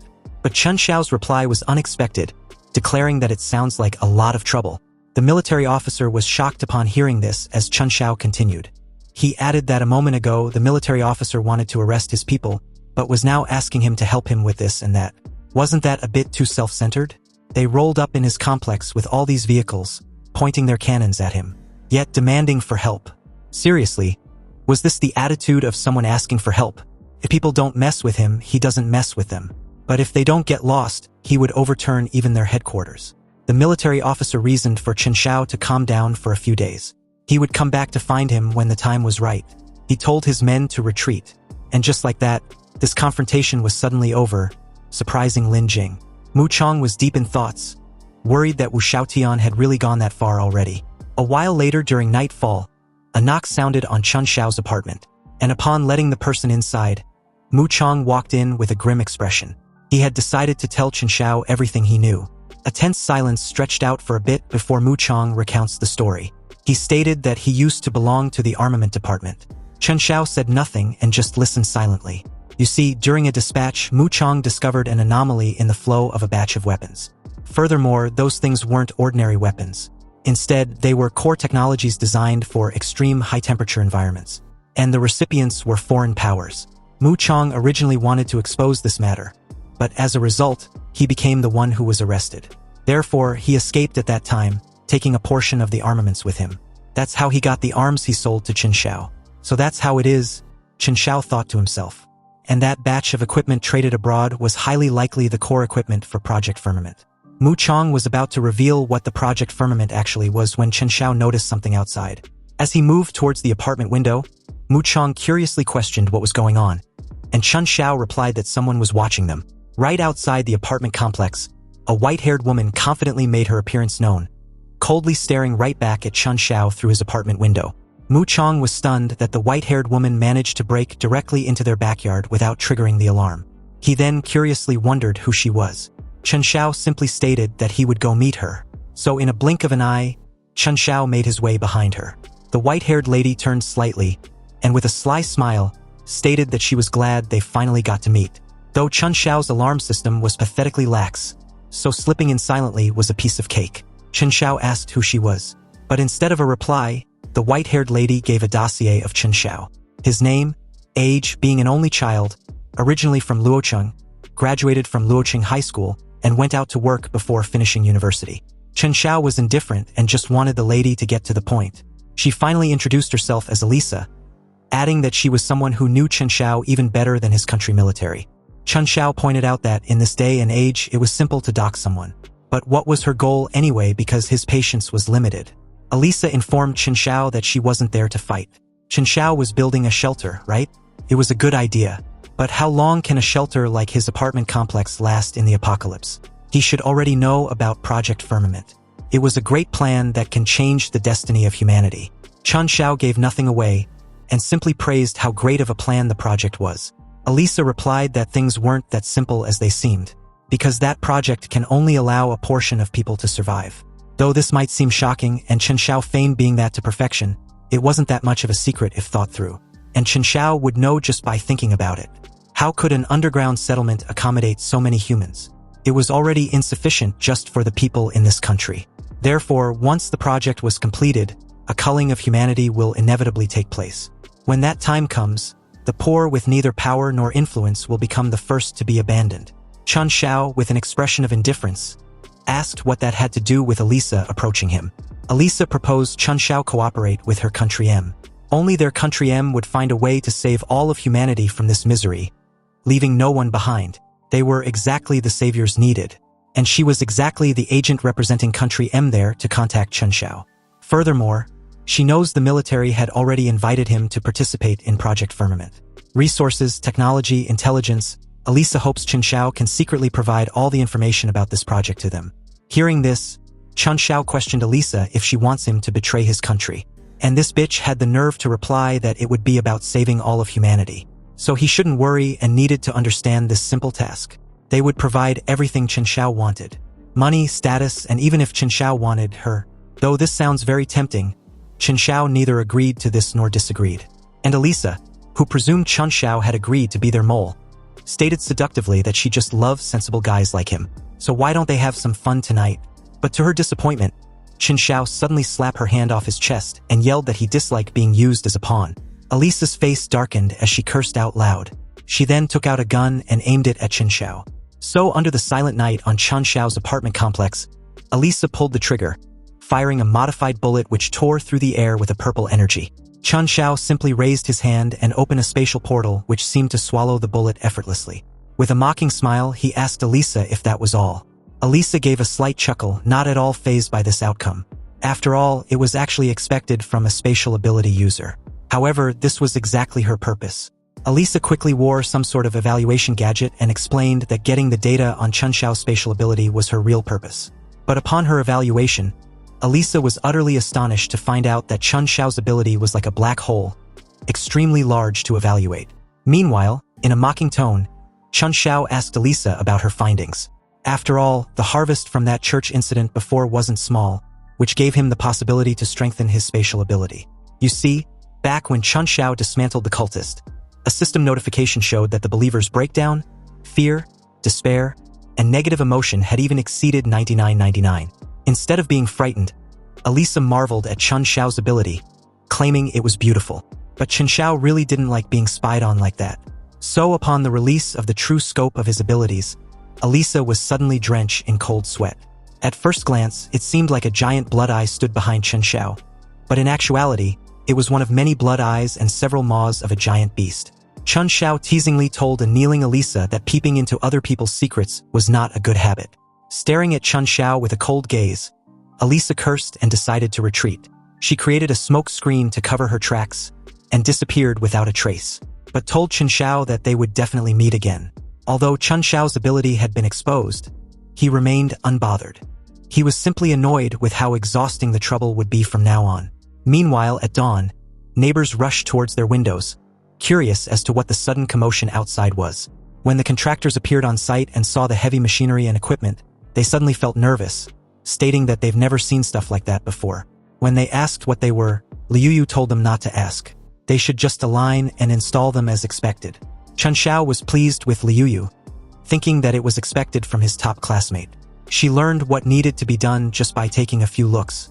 Within a couple of days, the Doomsday Fortress was completed. And as the team watched with a sense of accomplishment, especially Chen Xiao, he couldn't wait to test the fortress's power.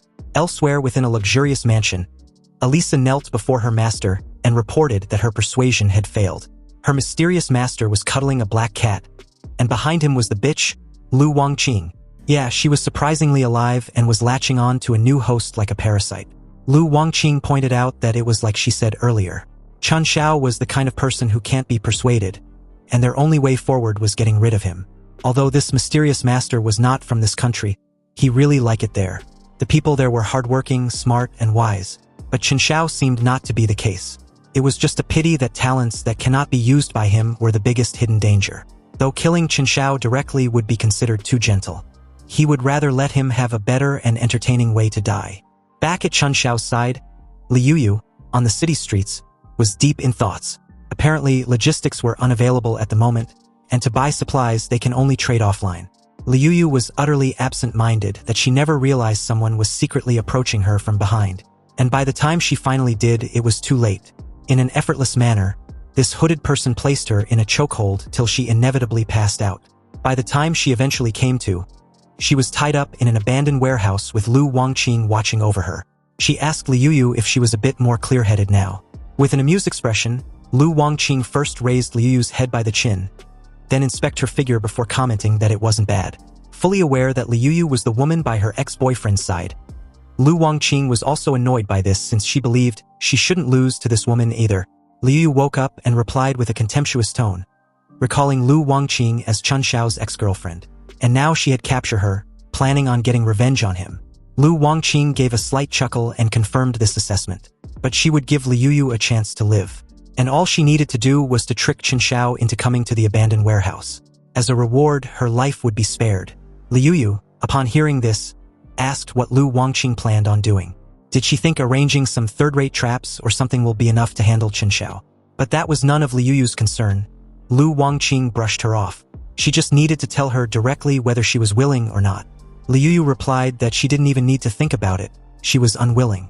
And she would fill Lu Wangqing in on a secret. There was a tracker on her. So the very moment her movements became abnormal, Chen Xiao was immediately alerted. Lu Wangqing feigned being caught off guard for a second there, before giving off a hearty laugh meant to mock Liu Yu. So what if Chen Xiao knows? As long as she's able to lure him out of that broken fortress, her goal will be achieved. But before that, she would enjoy torturing Liu Yu thoroughly. In that moment, two musclemen approach her with malicious intent. Liu Yu, upon seeing this, instantly understood what Lu Wangqing meant and was overwhelmed with fear. Closing her eyes, she suddenly began to cry bitterly. But before the two musclemen could get close, a deafening explosion sounded, causing a now frightened Lu Wangqing to turn in fear, only to see a freaking tank barging into the abandoned warehouse. And leading the charge was the military officer, who ordered his men to get everyone present under control. Lu Wangqing was soon apprehended, and a dazed Liu Yu was still unable to comprehend why the military was there. The military officer replied that Chen Xiao contacted him yesterday and they came to an agreement. Now, protecting the residents of the Doomsday Fortress was his mission. Nearby, Lu Wangqing, upon hearing that this was Chen Xiao's doing, gritted her teeth in anger and with resentment. But with all the targets neutralized, the military officer gave the order for them to be taken away. He then informed Chen Xiao, who was still inside his Doomsday Fortress, that Liu Yu was fine and everything was under control. Chen Xiao reminded him to remember their conditions, which was protecting his people in exchange for his cooperation, but under the premise that he would not be controlled by him. With a murderous look, Chen Xiao thought to himself that his premonition was right. Now that undercurrents are surging, hidden dangers would definitely affect the people around him. But as of now, the military had also become one of his chess pieces. And with this, the situation had reversed.